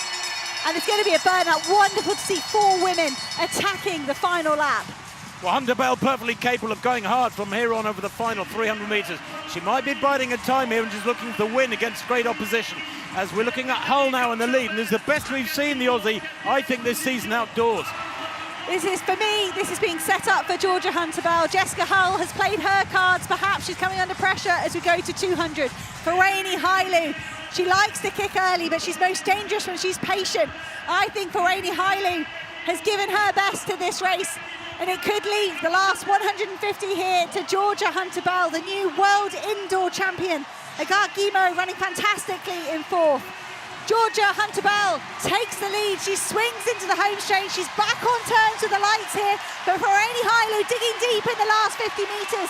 Well, Georgia Hull knows she's got the Ethiopian for company. It's Great Britain just ahead of Ferengi Hailu. Georgia Hunter-Bell, 3:55.56, just 63. She just misses the world lead. But a big season's best, another win for Hunter-Bell. She's only taken one defeat the whole year to Claudia Hollingsworth in Australia just a few days after winning that world indoor title. And she's shown now she can do it in a fast race. She's beaten all the women that are on form this year. Well, she was favourite and she delivered, Hunter-Bell, after that 800 last week. I got her last 800 at 2:05.7. Absolutely brilliant. Hailu had something to chase down the home straight and it dragged her through to that season's best. Guillemot, a national record. The French, what a night they're having. That's superb from the French. And Hull, well, that is an improvement from her, a season's best. She might not be in her Olympic form, that 350 form, but 357 from her is a good step forward. And the Aussies, look at that, 2 athletes on 357. Those are special times. Look at the top 7 there. Personal best for silver of Portugal. And I think, you know, if Georgia Hunter-Bell was going to ask for that race to go a particular way, I do think it would be that. It'd be Jessica Hull doing the legwork on that third lap. Ferengi Hailu taking the bait a tiny bit early. I think the Ethiopian, who was, she was really strong in the last 50, but I think Hailu will kind of think, maybe I should have let Georgia Hunter-Bell go first and then tried to come back at her. And what a finish from Guillemot to lower her own national record. But the women's 1500, we're not sure where Faith Kipyegon is at the moment. We saw her in a 5,000 in Xiamen, and we haven't really seen her since. Perhaps we'll get a look at her. Maybe in Monaco she does like to compete there. But in her absence, Georgia Hunter-Bell just keeps racking up wins.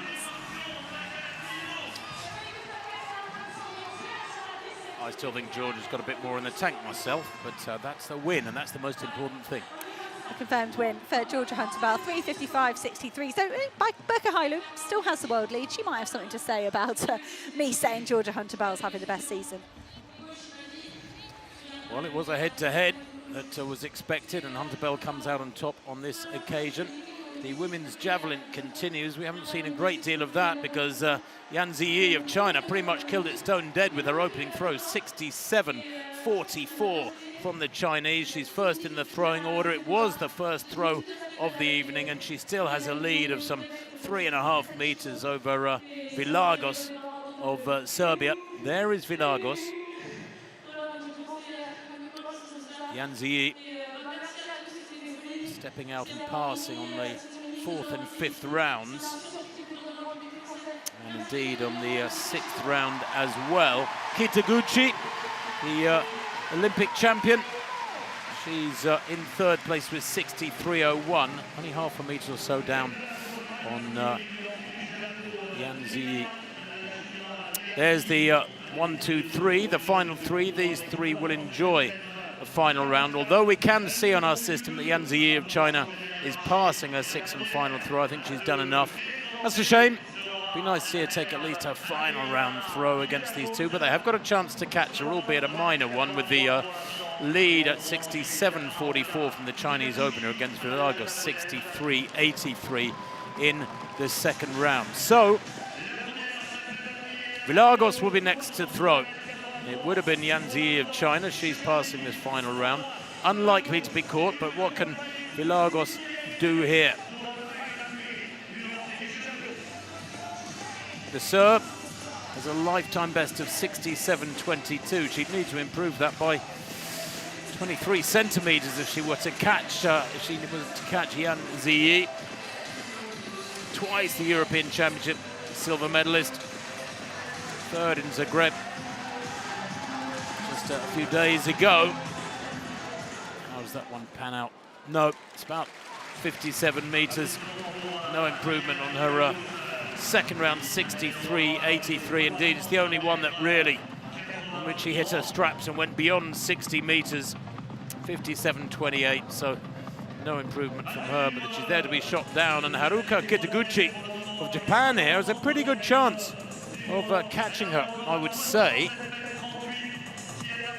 Anna Kitaguchi, a great competitor, took gold in this city at the Games a couple of years back. Her lifetime best 67.38. To take the lead, she'd need a personal best as well.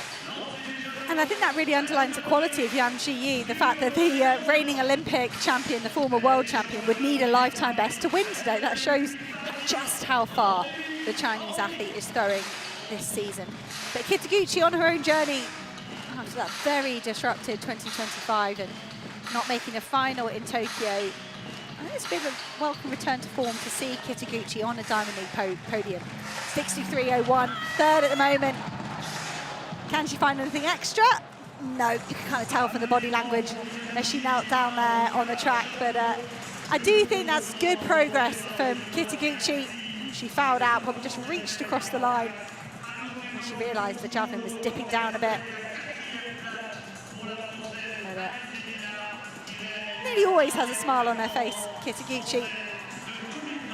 She stays in third place. And there is the winner, Yan Zhiyi. She is still in the stadium. And do you know what we didn't have time to talk about because we didn't see her much?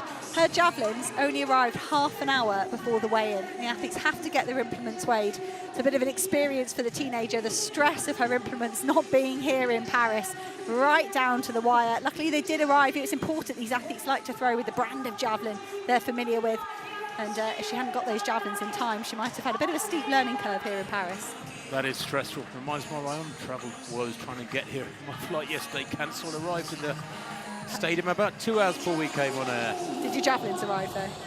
My javelins are still at home. Here he goes, Mondo then. 6.03. That'll do very nicely. 5.93 was no problem. That's only his third vault of the day. And we've already got on our computers that he's passing 6.08 and going for 6.13 the next height. He has the meeting record at 6.01. Diamond League record 6.28. His world record 6.31. Number from Uppsala back in March indoors.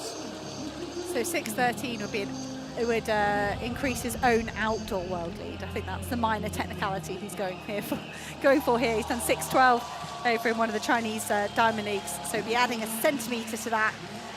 And I think this win will mean a lot to him. He did say sort of the emotions off the back of Stockholm, they weren't as intense as he expected. Sort of the kind of anger at himself for losing wasn't there, probably because he was emotionally at that wedding ceremony at his honeymoon. But I think coming back here in Paris with a win is incredibly important for Duplantis. He goes to extend his own meeting record. First attempt at 6.13. Ooh.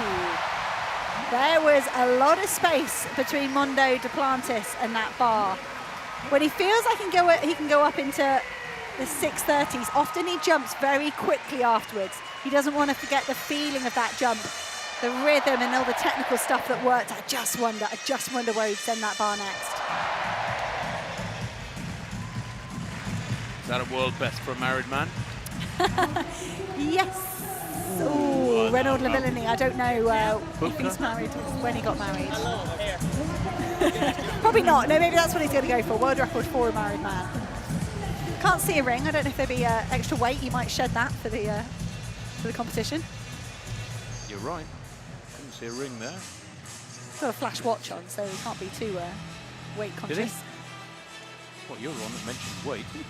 Final event of the evening, though, the 5,000 metres, 12.5 laps of the track. Just 6 men in history have gone under 12.40. But you thought 22 in the steeplechase was a big field. There's 23 going in this men's 5,000 metres. 12.5 laps of the track, as I say. Jimmy Gressier, the world champion last year in Tokyo at 10,000 metres. The Frenchman in front of his home crowd, going for a European record tonight here, we hear, although it may be a little on the warm side. There is Gressier, 29 years old now. Diamond League final winner last year in Zurich over 3,000 metres with a spectacular sprint finish. Just what he produced a few weeks later in Tokyo, the Japanese capital, to take that World 10,000 title, turning back the best of Africa. Grant Fisher, the Olympic bronze medalist in this city at 5,000 and 10,000 metres 2 years ago. Very consistent, a fabulous fifth in Oslo and a season best at 12:49. Andres Almgren, the European record holder from last year in Stockholm, 12:48 he ran in Oslo. 12:44 his European record. He's rounding into form as well. A good third in Oslo. Yehune of Ethiopia, only 8th at the World Indoors over 3,000, but the World Under-20 champion back in 22. He's a great racer. He's the world #1 this year. Adisu Yehune, just 23 years old. It's a big field. Lamesha Gurma is in there. Remember, the steeplechase world record holder, making a rare race here. His only start so far this year was a DNF in the Stockholm steeplechase. How will he go here tonight? Look out too for Jacob Krop.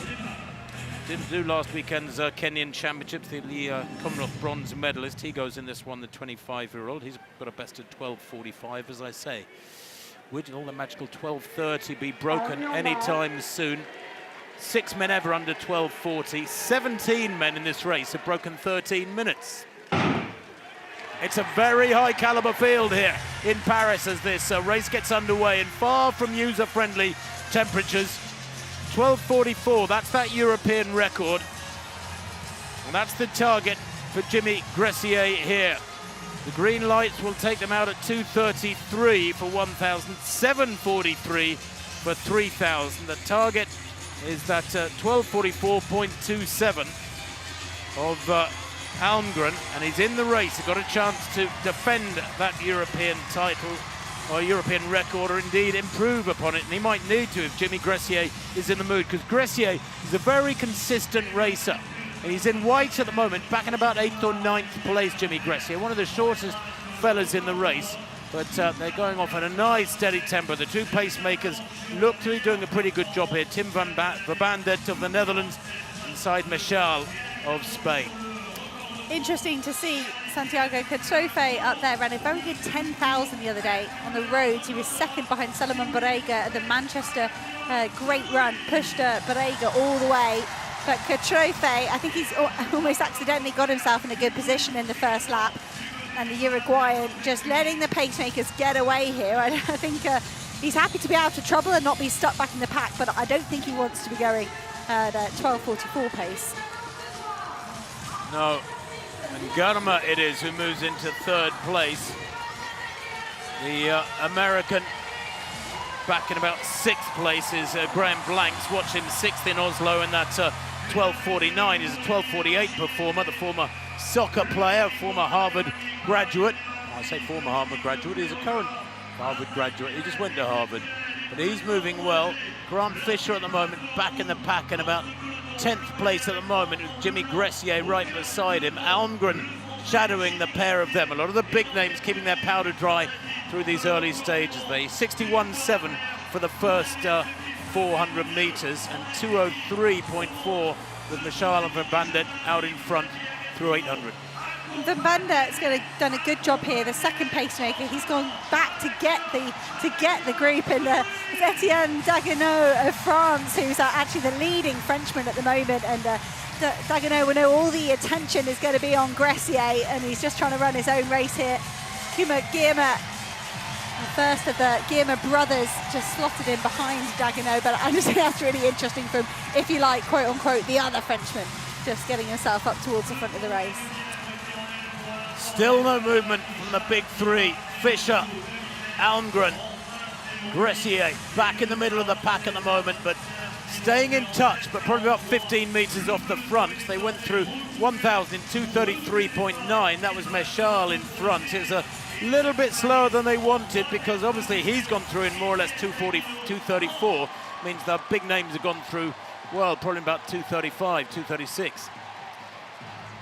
The athletes just you want to just be settled. Well, you know better than me, Tim, but you want to be kind of settled and calm in this 2nd kilometre, all the way through to that 4th kilometre really, and then save some mental and physical energy for the very end of the race. And Dagenot clearly feeling good, feeling like he's got something good to show here. Van Bender is doing very well here. He's looking around, making sure he's doing the very best job for the athletes that want to go on the lights.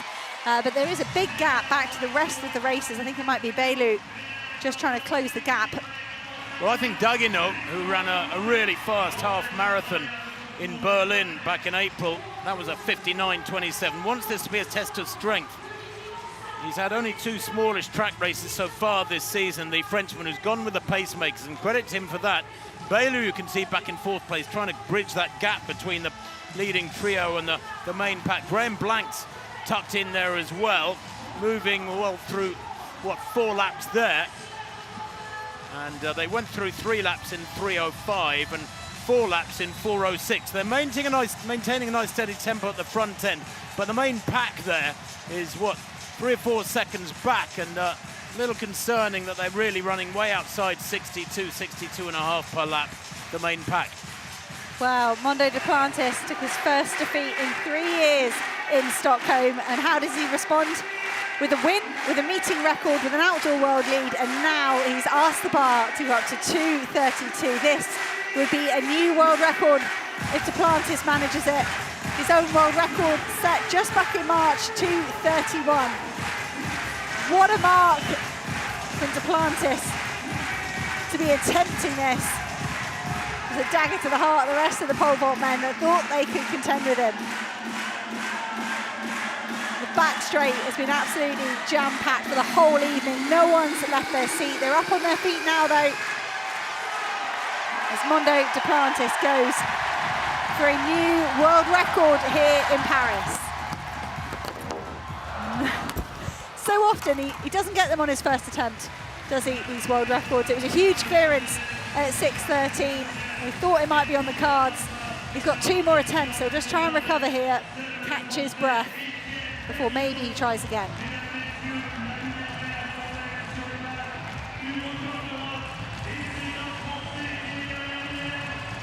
Look what it takes out of Mondo Duplantis. It's a big physical effort, each one of these attempts. A bit scrappy from Duplantis. Well, the pack went through, the pacemakers rather, went through 2005-08. Dagino still in 2nd place. He is a racer, by the way. Let me just remind you that the Frenchman in 2nd place there in the all blue, and a great big job being done by these pacemakers, although the gap back to the main pack now is probably 35 metres.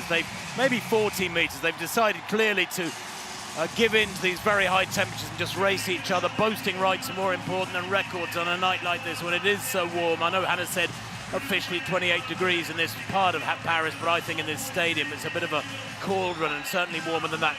Bailey from Blanks, Fischer in the main pack in 3rd place, and Almgren and Gressier shadowing him, and they really are watching each other carefully now as they go through with 6 laps to run. And Dagino creating a little bit of jeopardy here, because that gap's probably 40 metres, maybe more, to the Frenchman who goes through the line there at the start of the back straight and heads up towards the 7-lap marker gone when he goes through the line at the near end of the straight, as you see this picture. Bailey just biding his time as the sort of sacrificial lamb leading the pack through, but he's not really making much headway. Indeed, I think that gap is growing to Dagino, and the French would so love it if for Bailey, I think I might have said he's an Ethiopian, a former Ethiopian running for Bahrain. If he doesn't drag them back, then Dagino might spring a surprise here, but he has got a long way to go. It's a brave effort from Dagino, isn't it? I think, I mean, why not? You're here in front of a home crowd, and as you say, he's got that brilliant half marathon in his legs. He's a strength runner, he's not a speed runner. So you might as well clip these kilometres off as fast as you can. He heads through 3 kilometres in 7:46. Look at that, what, 7 seconds behind, but 3.5 seconds per kilometre. It is definitely doable. I think the main pack have maybe got a couple more laps they can relax into, and Kuma Girma, I think the first to make a move there, and he almost took down some of the other athletes around him. Apologies, it's Ntaka Rutimana was the athlete that burst out of the pack. Well, they were looking for 7:43 at 3,000, 7:46.2 main. I think we can put that down to the temperature. Ntaka Rutimana of Burundi, 3rd in Turku, 3 weeks back in that personal best of 12:59. He hasn't raced in 3 weeks. He comes into this fresh. Dagino now being chased down. It's been a brave run from him to go through 3,000 in 7:46, but they are going to swallow him up and Takaru Timana from Bailu. From Blanks, Almgren in fourth in that main pack. Then Fischer, then Gressier. Yehune, the world #1, back in sixth place in that main pack as with 4 laps to run. D'Aguino is now caught by Garma and by Takaru Timana, excuse me, and the race is on. This has become a tactical affair. It may well go below 13 minutes as Almgren moves into third place. Behind Blanks there, I think it's second.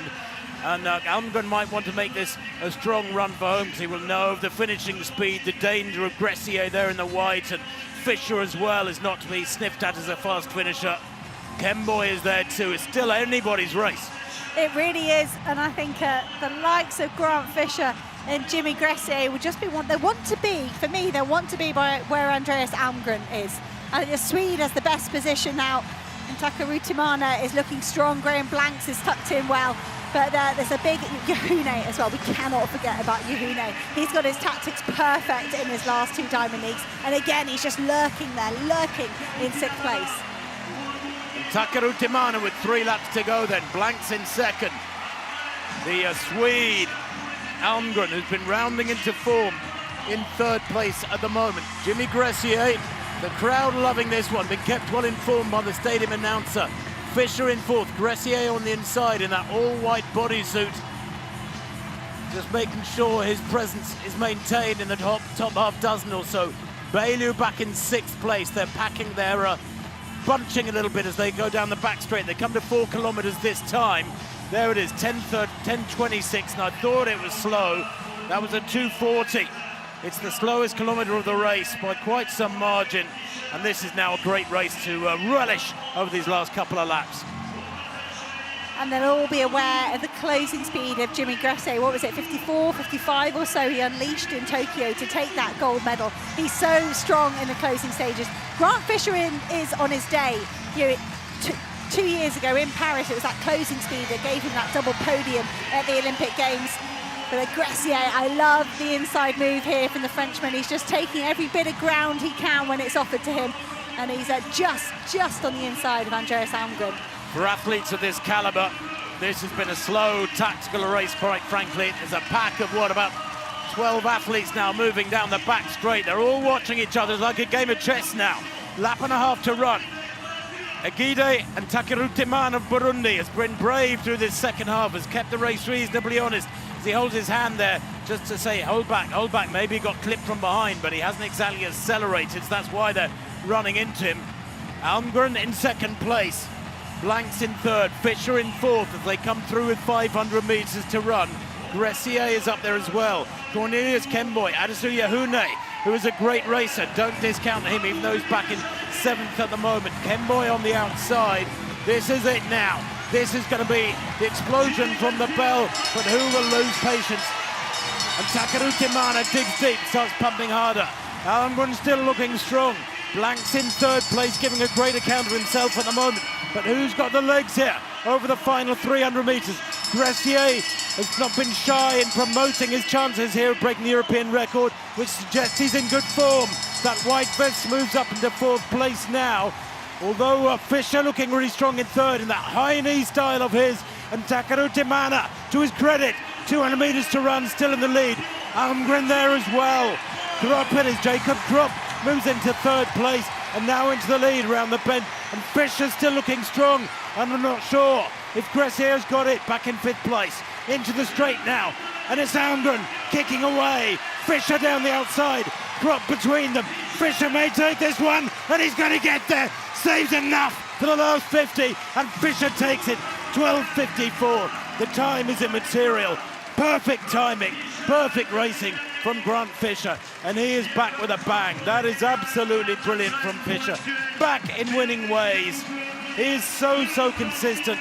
5th in Oslo. He's the fastest non-African ever, is Grant Fischer with 12:44. He's run over 10 seconds quicker than that, but that didn't matter tonight.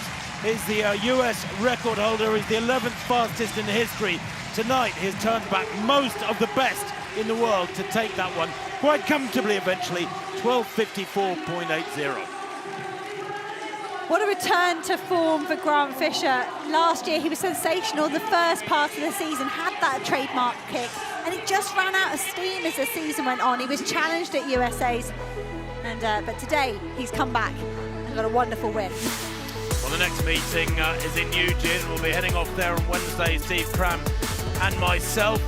Of course, they come thick and fast at Diamond Leagues now. The week after that, it's Monaco, and then London after that. But Eugene, the Pacific Northwest, the venue for more great track and field athletics next Saturday on the Diamond League circuit. Do hope you enjoyed it tonight. There's been a stunning meeting. So many records. I've lost count.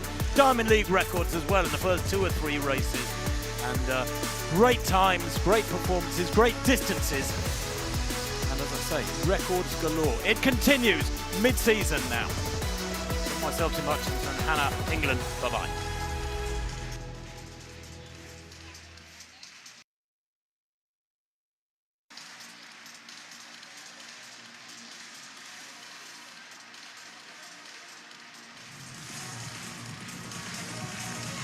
So one final bit of action here in Paris. The final event, the men's 5,000, was fantastic. Grant Fisher getting the victory. I think the local crowd would have loved a bit of Jimmy Gressier. But to make up for it, we're going to have Mondo Duplantis attempting a world record. His first attempt at 2:32 wasn't all that close. The whole field, the rest of the male pole vaulters lined up down the runway to encourage him. Plenty of time on the clock. It's only just gone under 4 minutes. A return to winning ways after his wedding. A new meeting record, a new outdoor world lead, 6:13. And now Mondo Duplantis attempts what would be his 16th world record.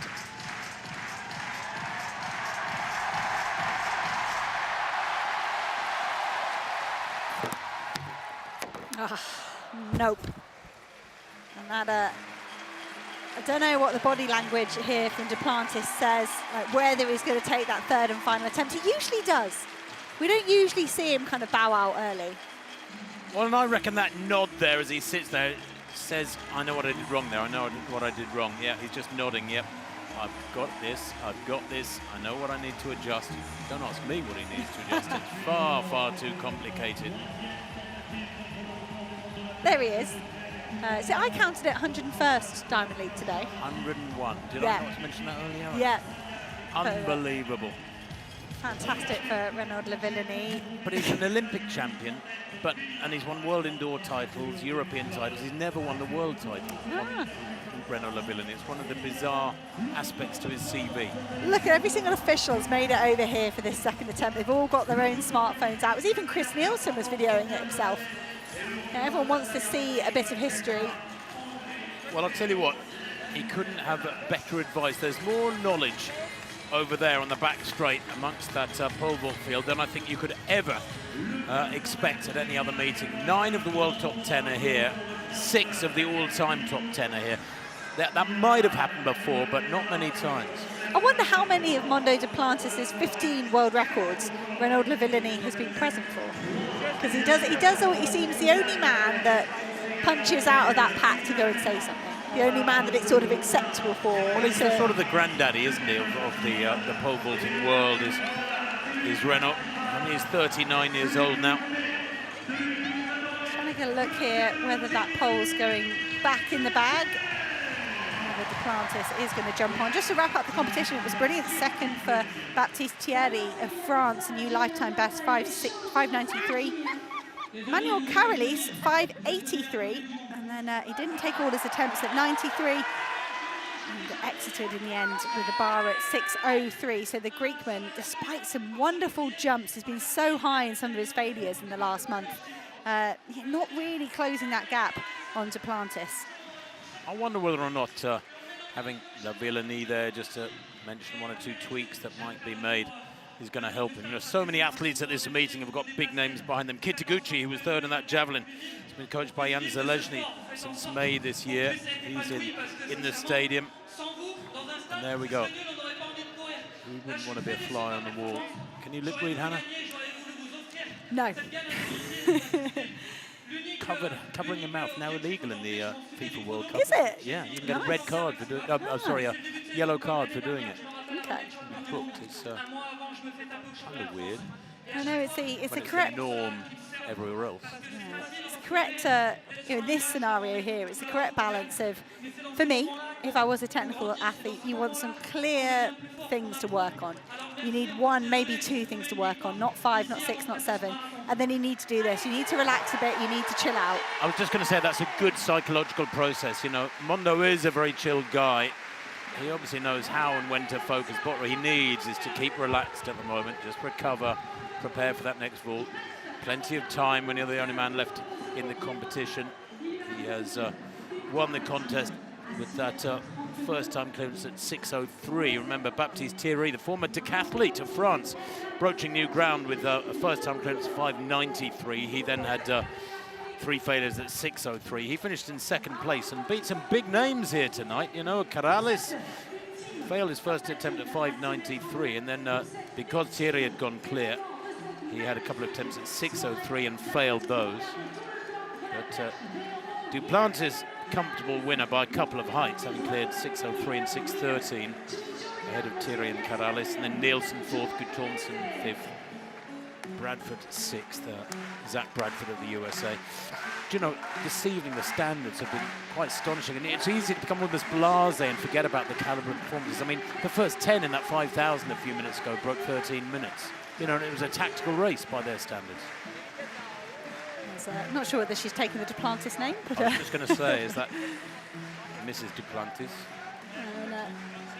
Yeah, I would bet equal money on them discussing pole vault technique here and discussing what I'm sure will be some sort of delayed bachelor party for Mondo at the end of this season. No, he had a big one in Stockholm, really? In the bar there. Yeah, a few of us were sort of witnesses to that, very much on the periphery. They were enjoying themselves.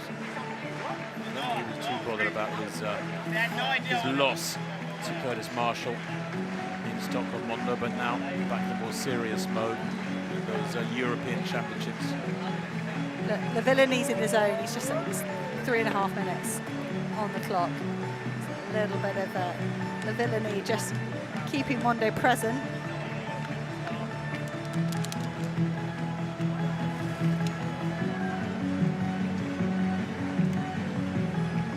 Psychology of this event is absolutely fascinating. Can you imagine sprinting down the runway, holding a pole, turning yourself 6 meters in the air upside down? It is so technical. And you've got to blank out sort of any natural instincts that that's a dangerous thing to do. You've got to be a sprinter, you've got to be an acrobat. You've got to be brave, you've got to want to go up there 20 feet plus in the air. Crowd now clapping and chanting in rhythm Mondo. They love to see another world record here. That meeting record was 6:01. He's already broken that twice tonight with 6:03 and 6:13. 1 attempt left at 6:32. And it's easy to forget too, Hannah, that he's not a machine. He is flesh and blood. He's mortal. He makes mistakes. He can lose focus, as he did in Stockholm with a wedding a few days away. That was a pretty good excuse. But most of this crowd, I reckon, there was about 18,500 in here. I reckon 17,500 have stayed on to watch this. Can he send them home delighted, even more delighted?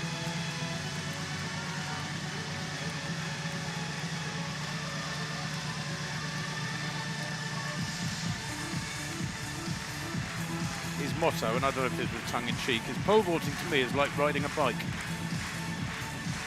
You never forget it, I guess. Doesn't mean you can do spectacular things necessarily.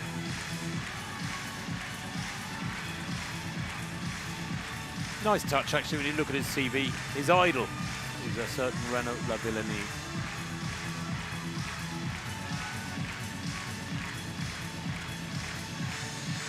Here we go then, 3rd and final attempt at a new world record. 6 meters 32 for Armand Duplantis, give him his full name. His 6:31 highest mark, indoors or out. Came back on the 12th of March in Uppsala, Sweden. Delighted the crowd there. Having June last year almost to the day a year ago, set a world record of 6:28 in Stockholm. 6:32, final attempt. World record beckons. Oh, it was a fine attempt. The best of the three by quite some margin. It was so close. And I think on the back of that, Hannah, we can say it's coming.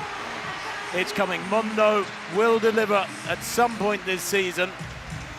But we just don't know where. He'll have to buy tickets for every one of the remaining Diamond Leagues and probably one or two other meetings as well. To his credit, he's a prolific competitor, loves getting out there, meeting his mates, having some fun, and smashing the odd world record. Sam Kendricks there to the left of picture with the new tash. Former American record holder, sharing a joke with La Villainy and Mondo. Not to be here tonight, but it is nonetheless given a nice sheen to the tail end of a great night's athletics here in the stadium.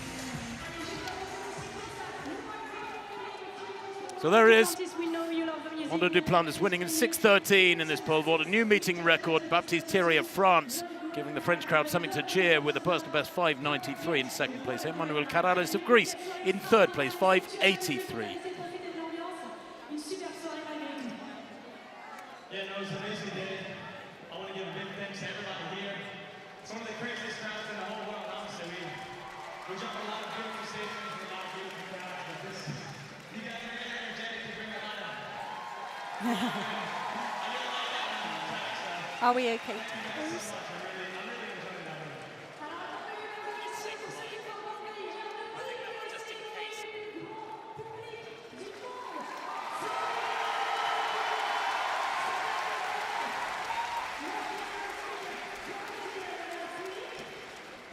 Yeah, I know, it was up there.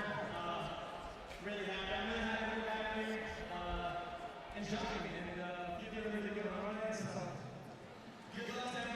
Well, the speckled blue skies above Paris remain. It's only 8:10 local time on this glorious late June evening. Don't forget to vote for the diamondleague.com, your performance of the day, your athlete of the day, and it's quite a choice. What a decision you've got to make looking back through the results of this one here tonight. Hannah, what would be your decision? Maybe, well, Audrey Verro, 153.8. I was going to say Marco Rope, but no, Audrey Verro's was better. She stays third all time, but knocks a bit off her own Diamond League record and her own world leading mark. I think you're probably right, although there was a Diamond League record in the men's 400 metres from Busan Colin KEBINATSHIPI of Botswana, 43.54. That was special tonight ahead of Nene and Chris Bailey. But yeah, too many choices, really, almost confusing. From the Stade Charléty tonight, here in the French capital, the City of Light. It's bye-bye from Hannah England, myself, Tim Hutchins. We'll see you very soon. Bye-bye.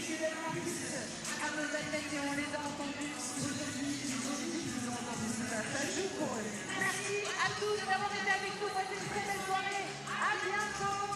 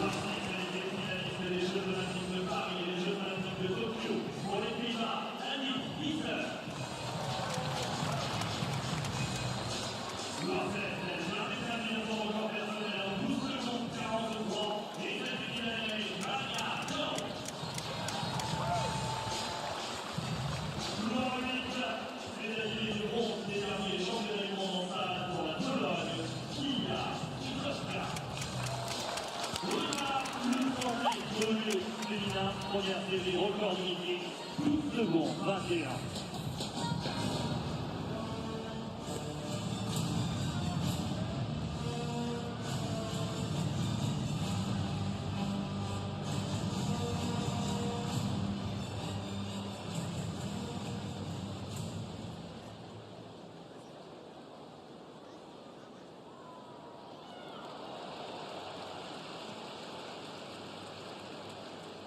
On your marks.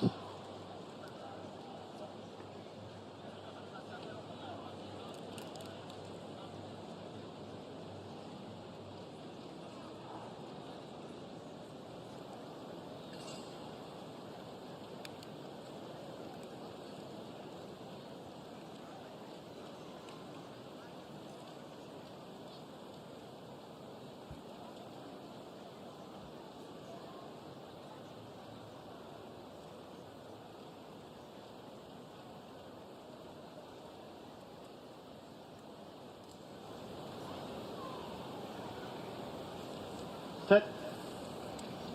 La première course du premier pour les trois premières places pour aller en finale. Annie Guizer, le bien évident. Le bien évident, ça va passer. Waouh, 12,39 en série, en plus 0,4 mètres par seconde.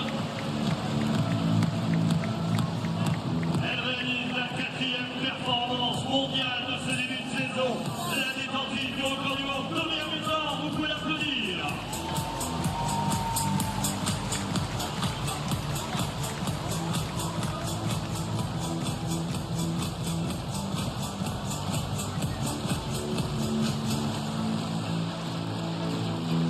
Le meilleur temps de la saison pour Annie Guizer pour les Pays-Bas en 12,44.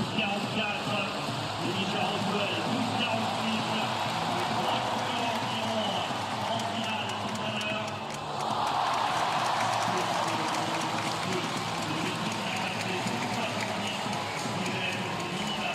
Pour les championnats d'Europe.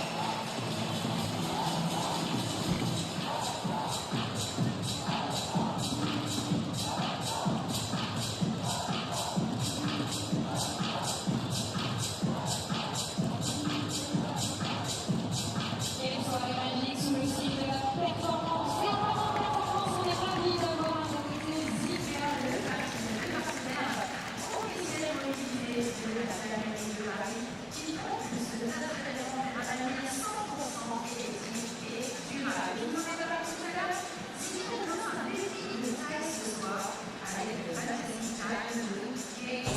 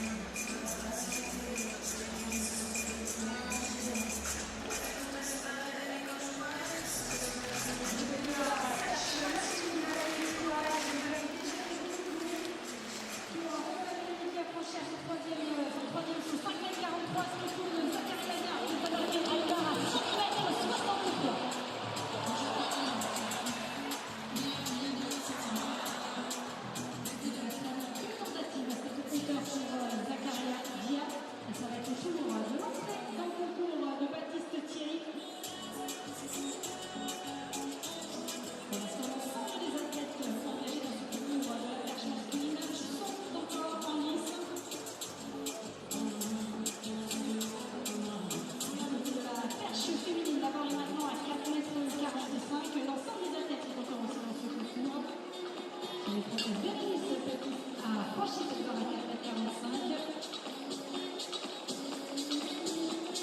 Et les meilleures informations visuelles pour les spectateurs qui sont un peu éloignés des concours de saut à la perche. Les poteaux s'allument en rouge lorsque la barre tombe, en vert lorsque la barre reste sur les jaquets. Cette technologie est proposée dans cette WANDA thématique Paris 2023.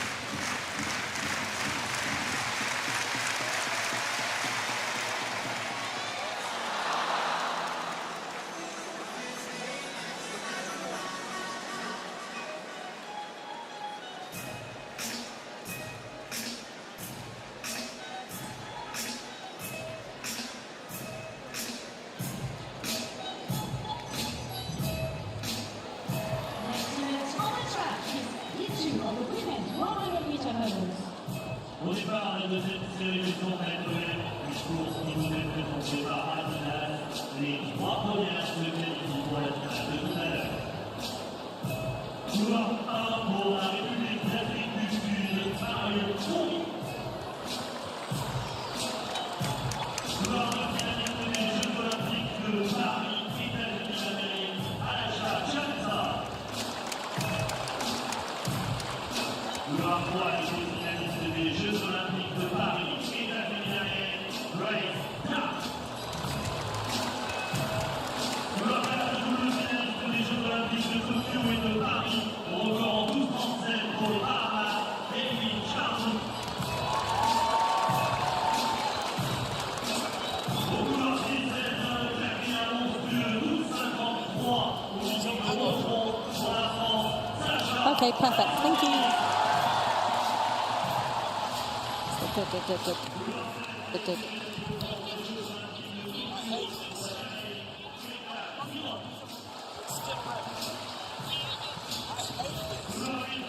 Good. It cuts your sound. It does cut your sound out in your ear. 1, 2, 3, 4, 5. Yes, I can now. Yeah. Yeah, wait. So.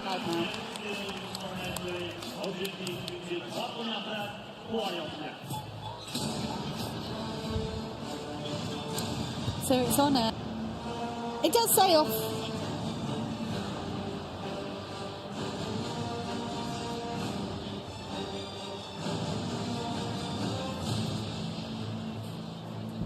Yeah, I know. You can't turn off that red.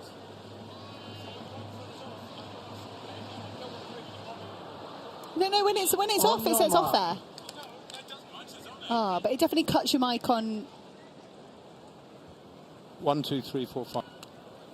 Yeah, okay, but mine says on and off. Yeah. 5,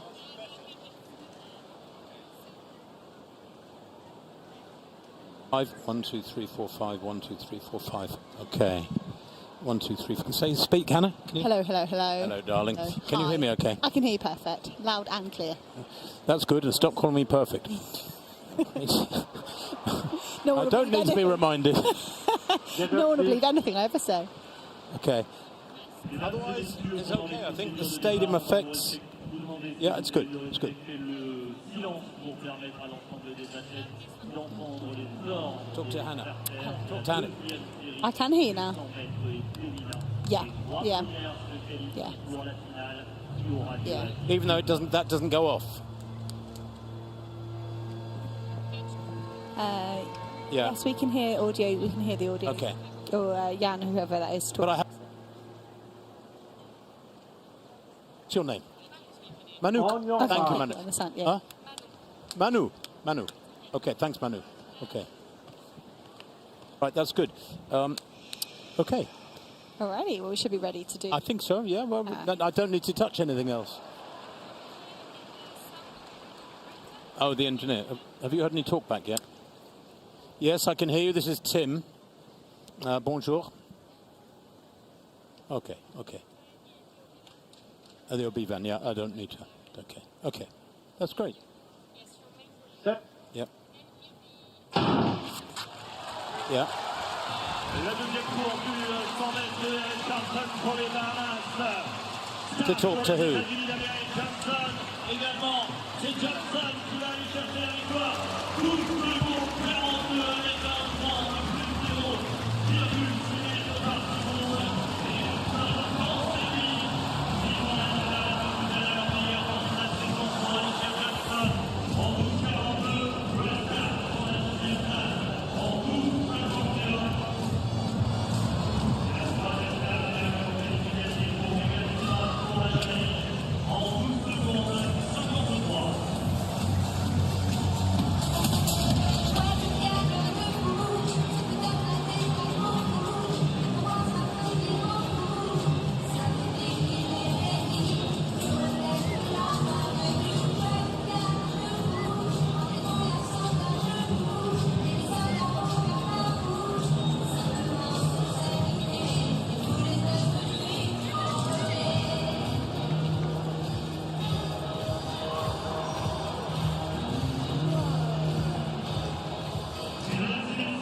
Okay, that's it. Sam, 1, 2, live again for Matt, hopefully. 3. Can you hear me? Yes, you're back now. I just asked them to turn it live. Yeah, I was going to say, but turn it off just then. Yeah, well, yeah. This is ridiculously Tight. small Yeah, I know. commentary position. I'm trying to decide whether I actually want to sit across 2 seats like this. You know, these things are set up by people who have no idea what commentators need. Yeah. We've got I'm telling you, it's half the equipment. 20 right here. centimetres of space Yeah. for all our papers. I forgot my clipboard as well. It's a disaster. Oh.